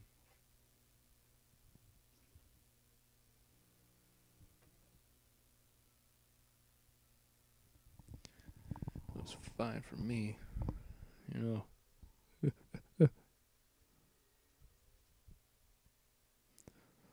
Oh, well.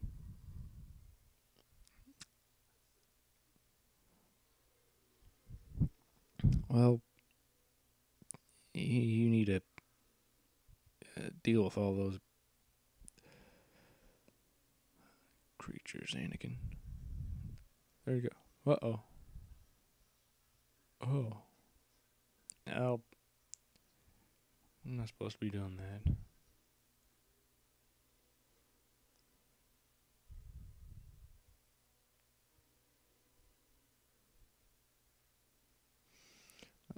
That's not good. It's not good at all.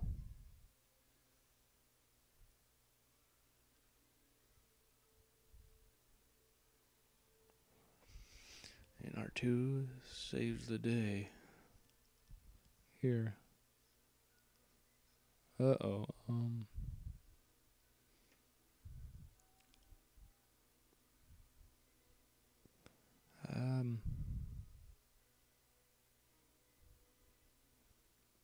Yeah, stop it. You need to stop it, R2.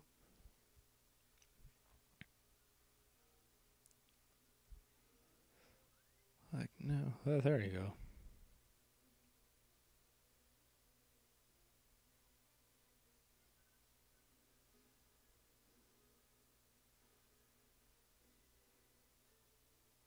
Oh, well, hey. At least she's safe. Yeah. Well, you're in a worse situation than she was. Maybe. Um.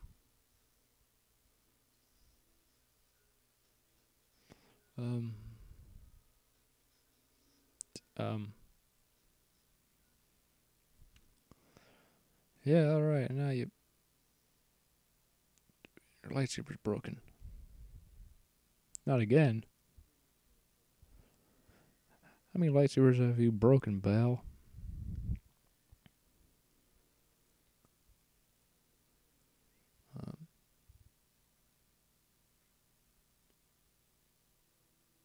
Oh.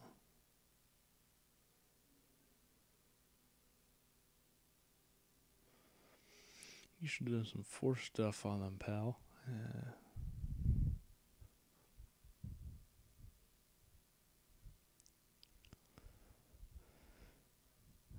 Yeah, don't be afraid. Or oh, well, that's good.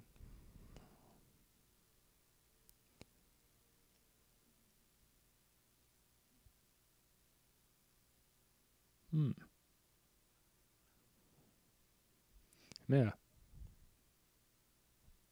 Oh, well, that's nice. That's sweet. Well, that's what she said.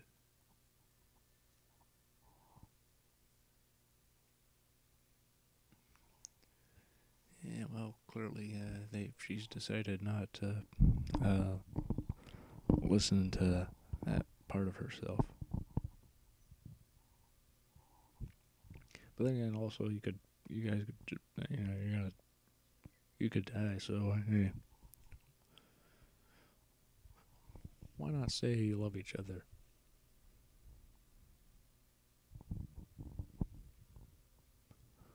Oh, well, that's sweet.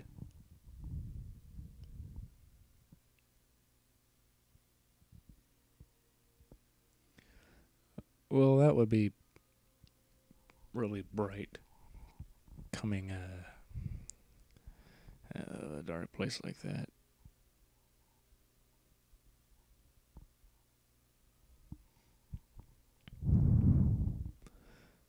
There's Obi-Wan and Anakin. Yeah, Obi-Wan, Anakin, and Padme are all together.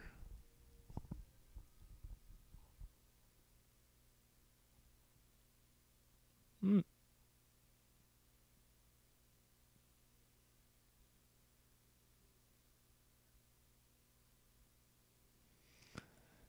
Yeah.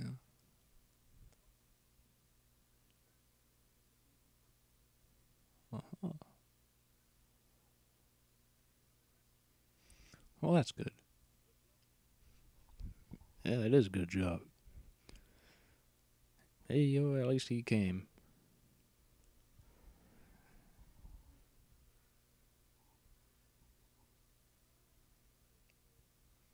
Yes, listen to me and shut up. You know, I like the gladiator type arena they've got in this film, this scene. It's really I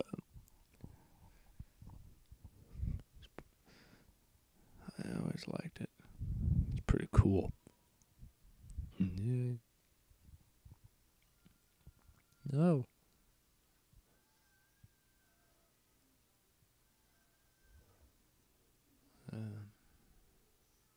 Uh-oh.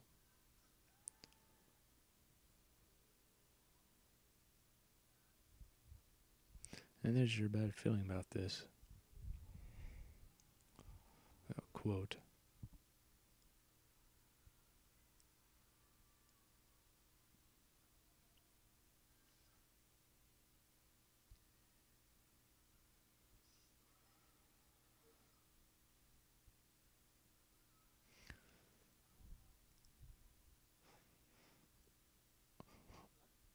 Well, Padme's not gonna.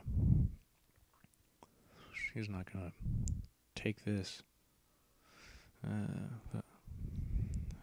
Being handcuffed. Oh, there you go.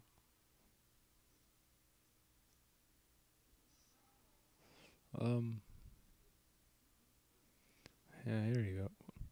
All right.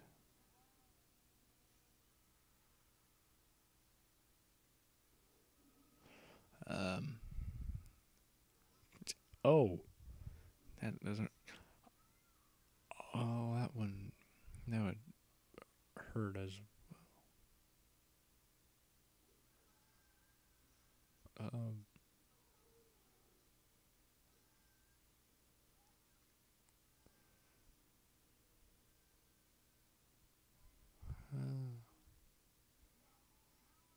Oh.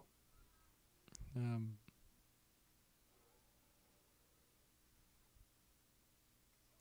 Oh.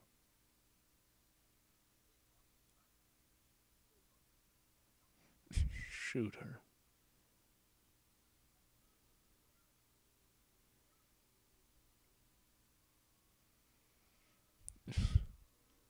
Well, well, they're yeah. They can roll out of the way time.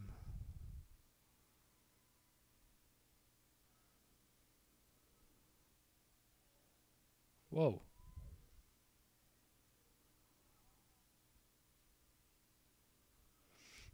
Use the force and make it calm down.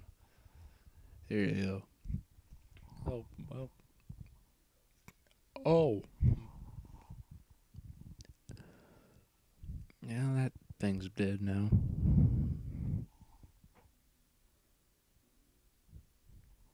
All right, now.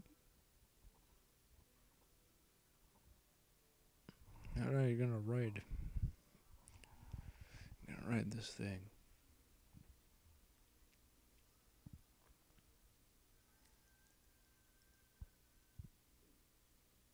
Whoa, whoa, whoa.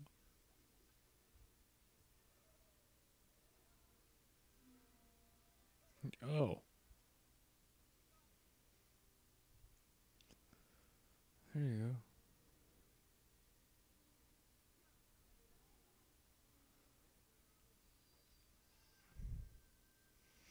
Oh, you stabbed it, but well, that sucks. Uh,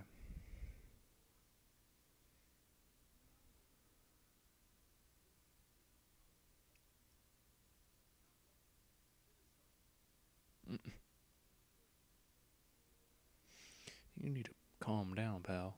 Oh, here we go.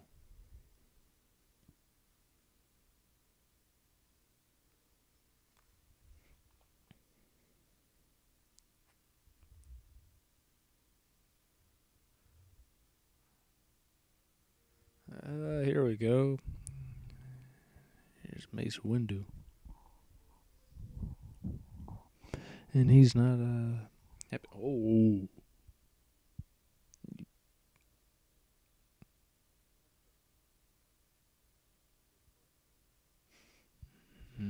Yeah, there's all these Jedis. This was a epic thing to be seeing in the theater. All these Jedi.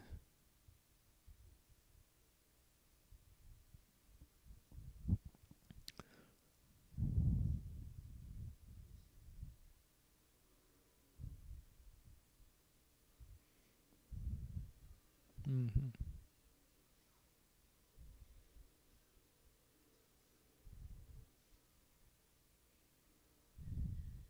Mm. And now is when the fighting begins. Oh, yeah.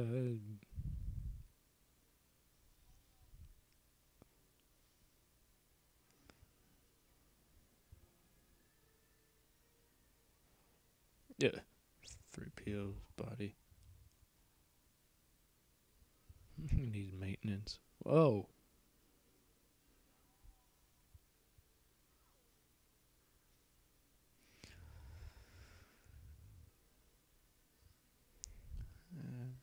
Lightsabers and blasters.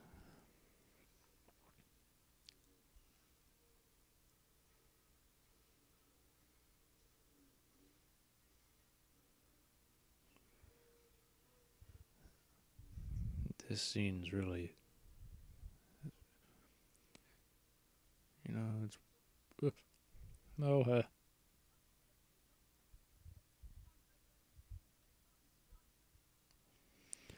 yeah, well, 3PO now,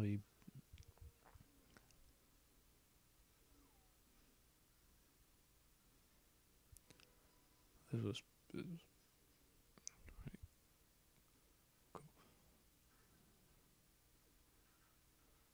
Yeah, he got his head shot off. Oh.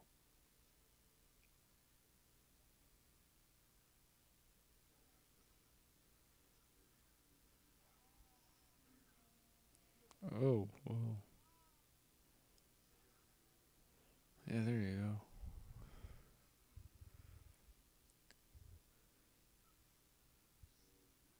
And try to get that lightsaber. Yeah, it didn't work.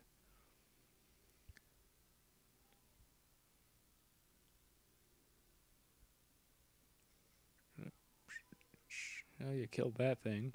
That's good. Oh. Other one, your gun in your head.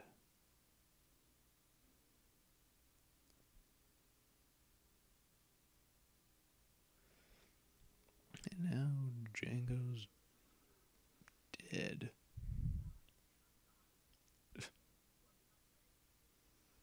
Whoa, you may want to leave, otherwise you'll get shit. Ah.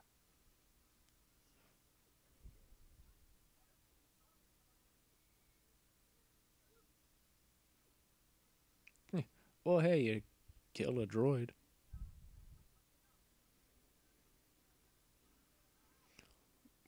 Oh, well, that wasn't supposed to happen.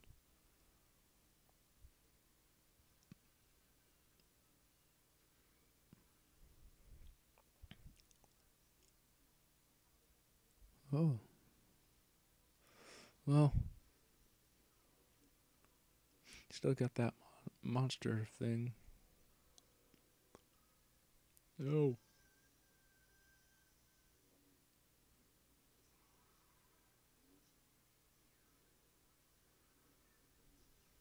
Oh.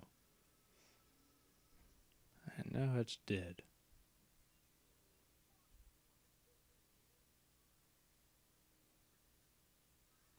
Yeah.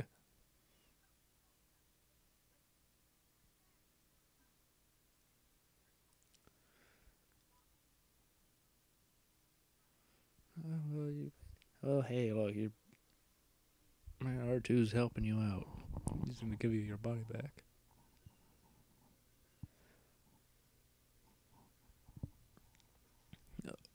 Just kill that droid.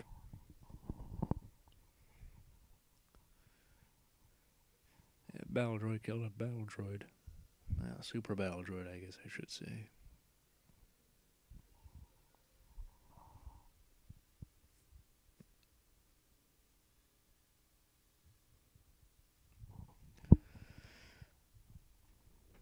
Well then.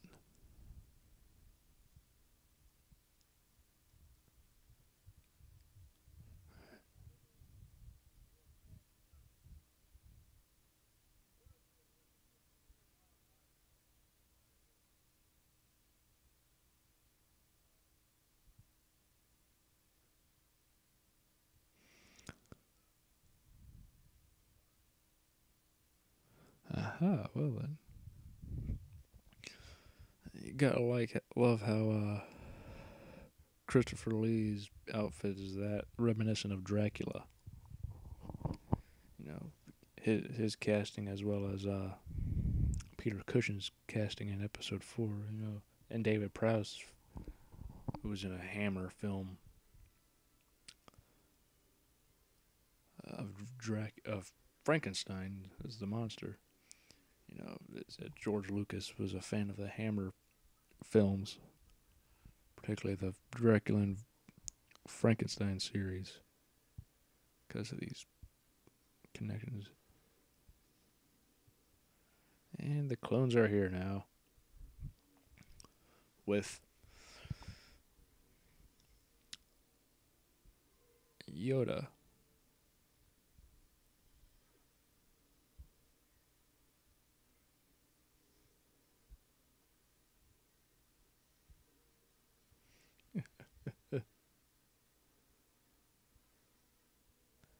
And now, yeah, the Jedi's and everybody are getting out of there.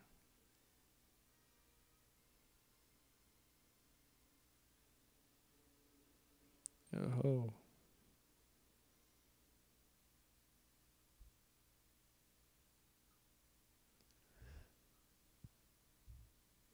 Well, at least C-3PO is back to normal now, and oh well. Yeah, that sucks for Boba.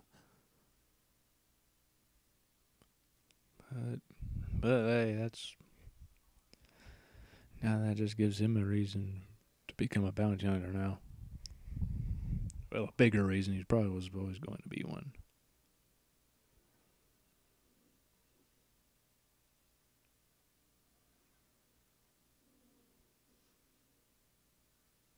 Yeah, oh, and there go the droids.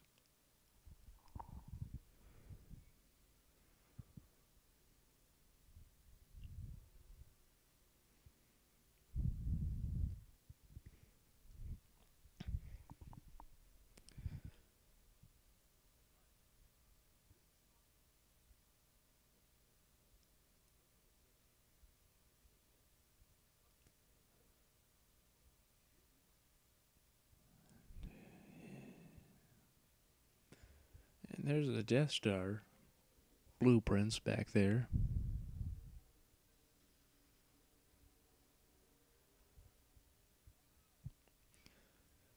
That pilot's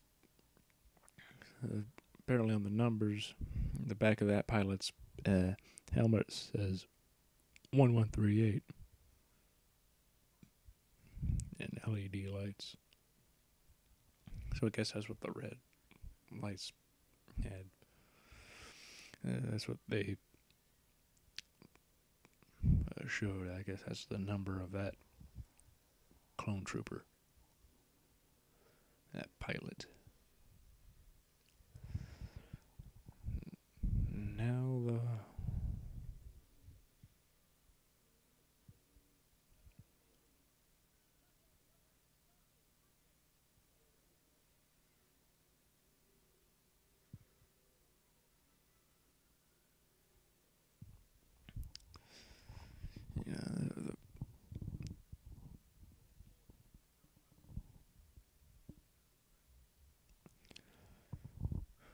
oh,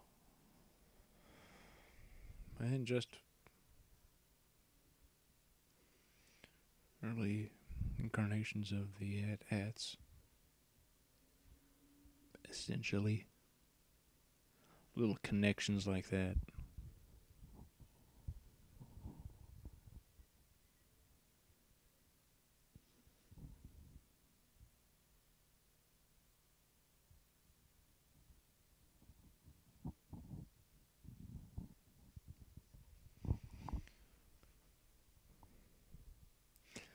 Well, you have to retreat. Well, yeah, you can go and do that.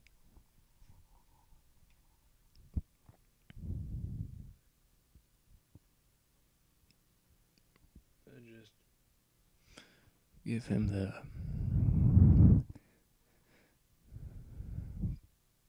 blueprints of you guys have designed that way.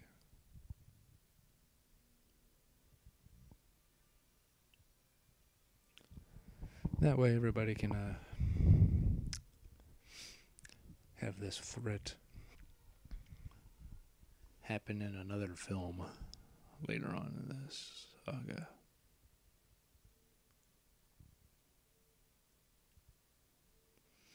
And there they go.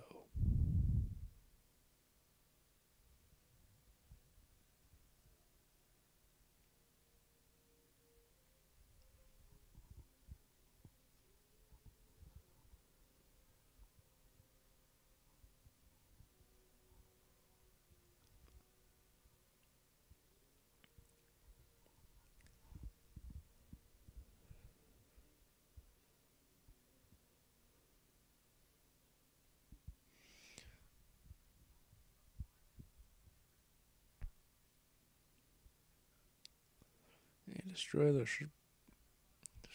ships.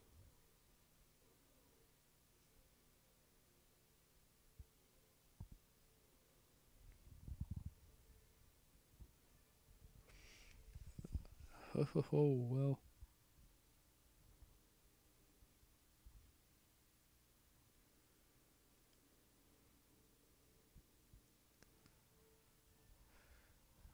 Well, that's very, well, it's all out war. And the droids are getting slaughtered, really. Oh, there's Dooku's.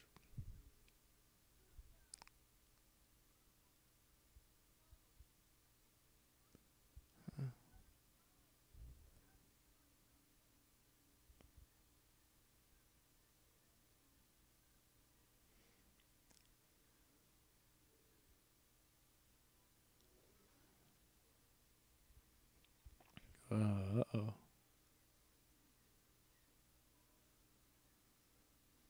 Uh-oh.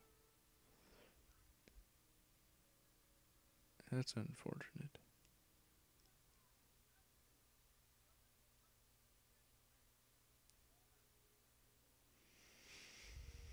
Follow the spear.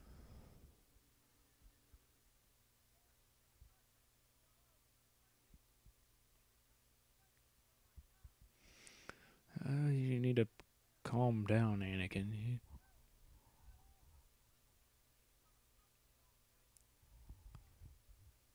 Yeah, what would she do, huh? You need to think of her and don't just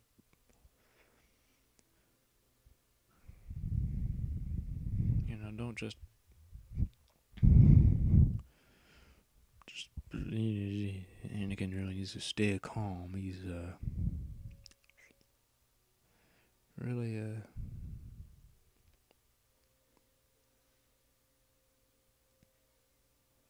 he seems to have a problem with that. Oh, and that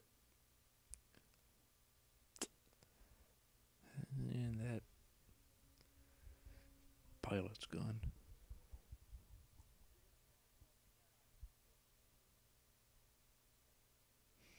Alright. Well, that was stupid on your part, Anakin. Because now look what happened. Got electrocuted.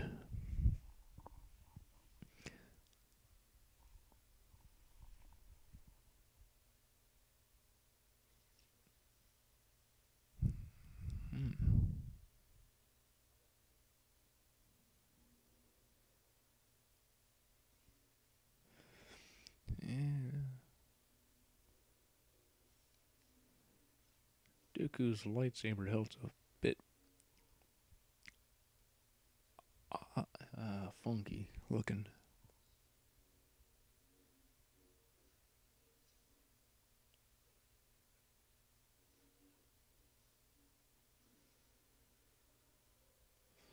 Oh.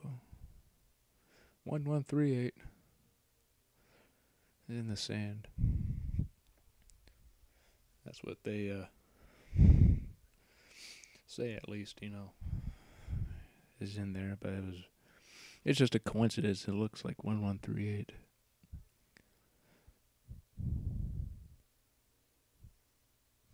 Oh. Oh, come on, Anakin. You get over it. Oh.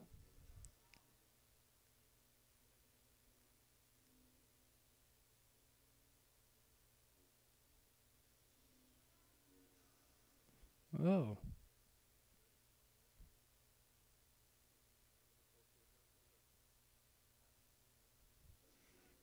Well then. Yeah, now you have two lightsabers. Oh.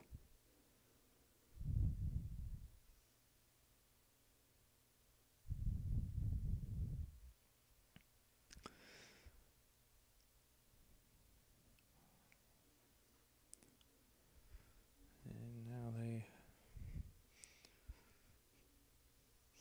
fighting in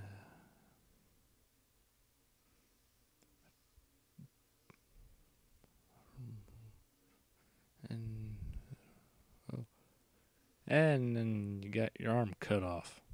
Oh, just like but you'll do to your son later. Anakin's a great father. Cuts his own son's hand off to be like him. Something more to bond over.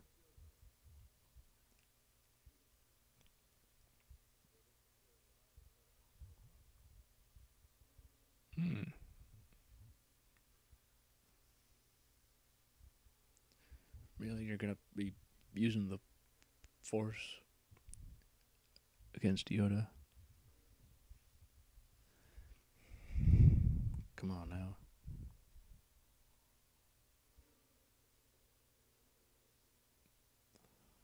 Oh, well then.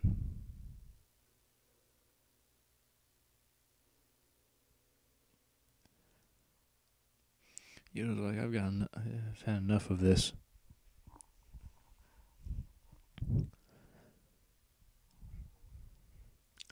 Now this was pretty cool.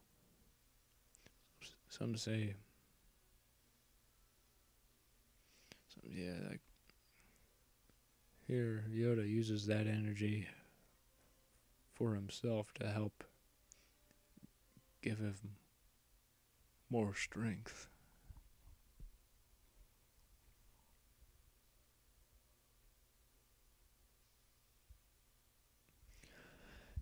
Yeah, gotta have a lightsaber fight.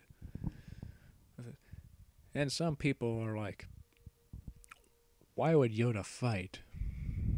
Well, he's a Jedi, and he'd have to know how to use a lightsaber, you'd think. And why is it really that hard to believe? I mean, every Jedi knows how to use a lightsaber. And really, he only fights in this film and in episode 3.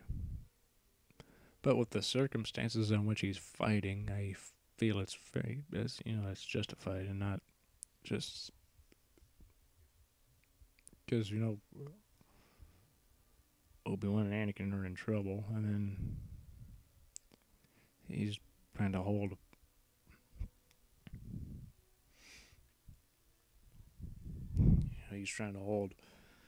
Dooku there, but then Dooku does that.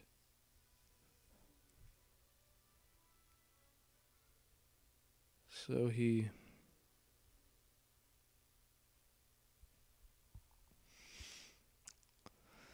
saves them as well after fighting him.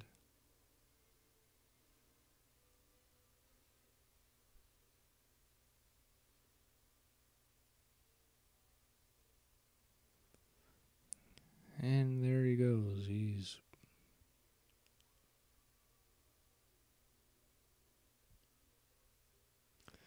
He's away.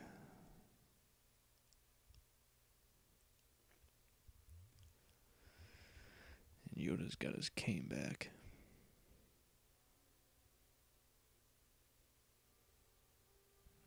Don't worry, everything will be fine. It's like, be like to Obi-Wan, like, oh yeah, thanks, I'm fine too, you know.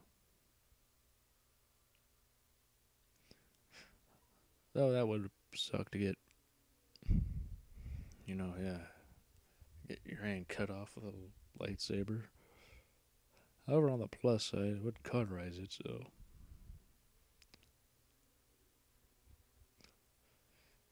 you won't have to worry about bleeding profusely.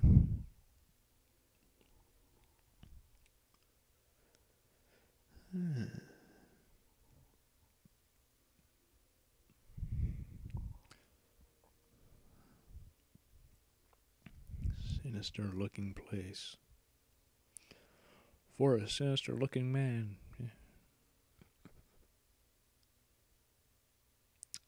Yeah, well, hey. And now we get to see the Emperor, Darth Sidious, as he's known in the prequels.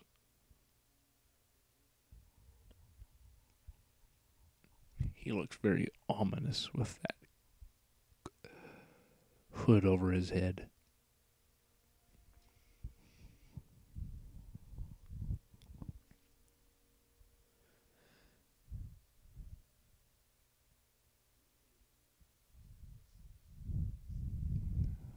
Well, now they have a clone army, and they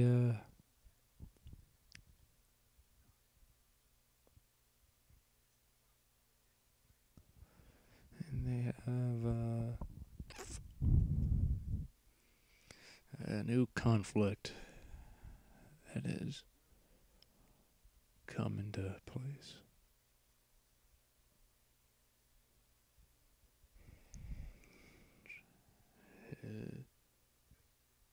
It was not a victory.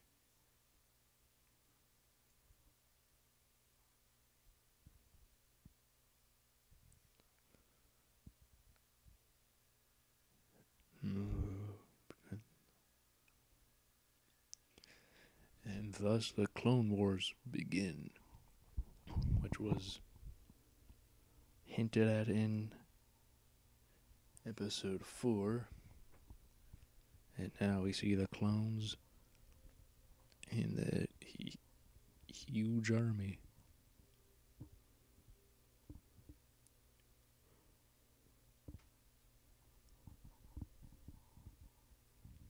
And everybody is just looking out at the army, leaving.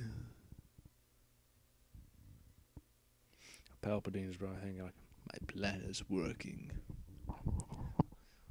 Soon I shall have control over everything. Or something like that, I don't know. Oh, now they're getting married. With R2 and 3PO as witnesses.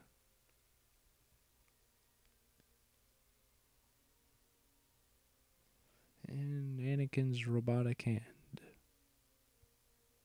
Or arm, I should say, but it is a hand, because by the next movie it's really just like he still has his natural elbow, and that went with his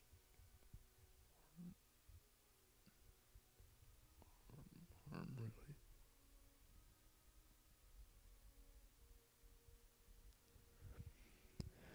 And now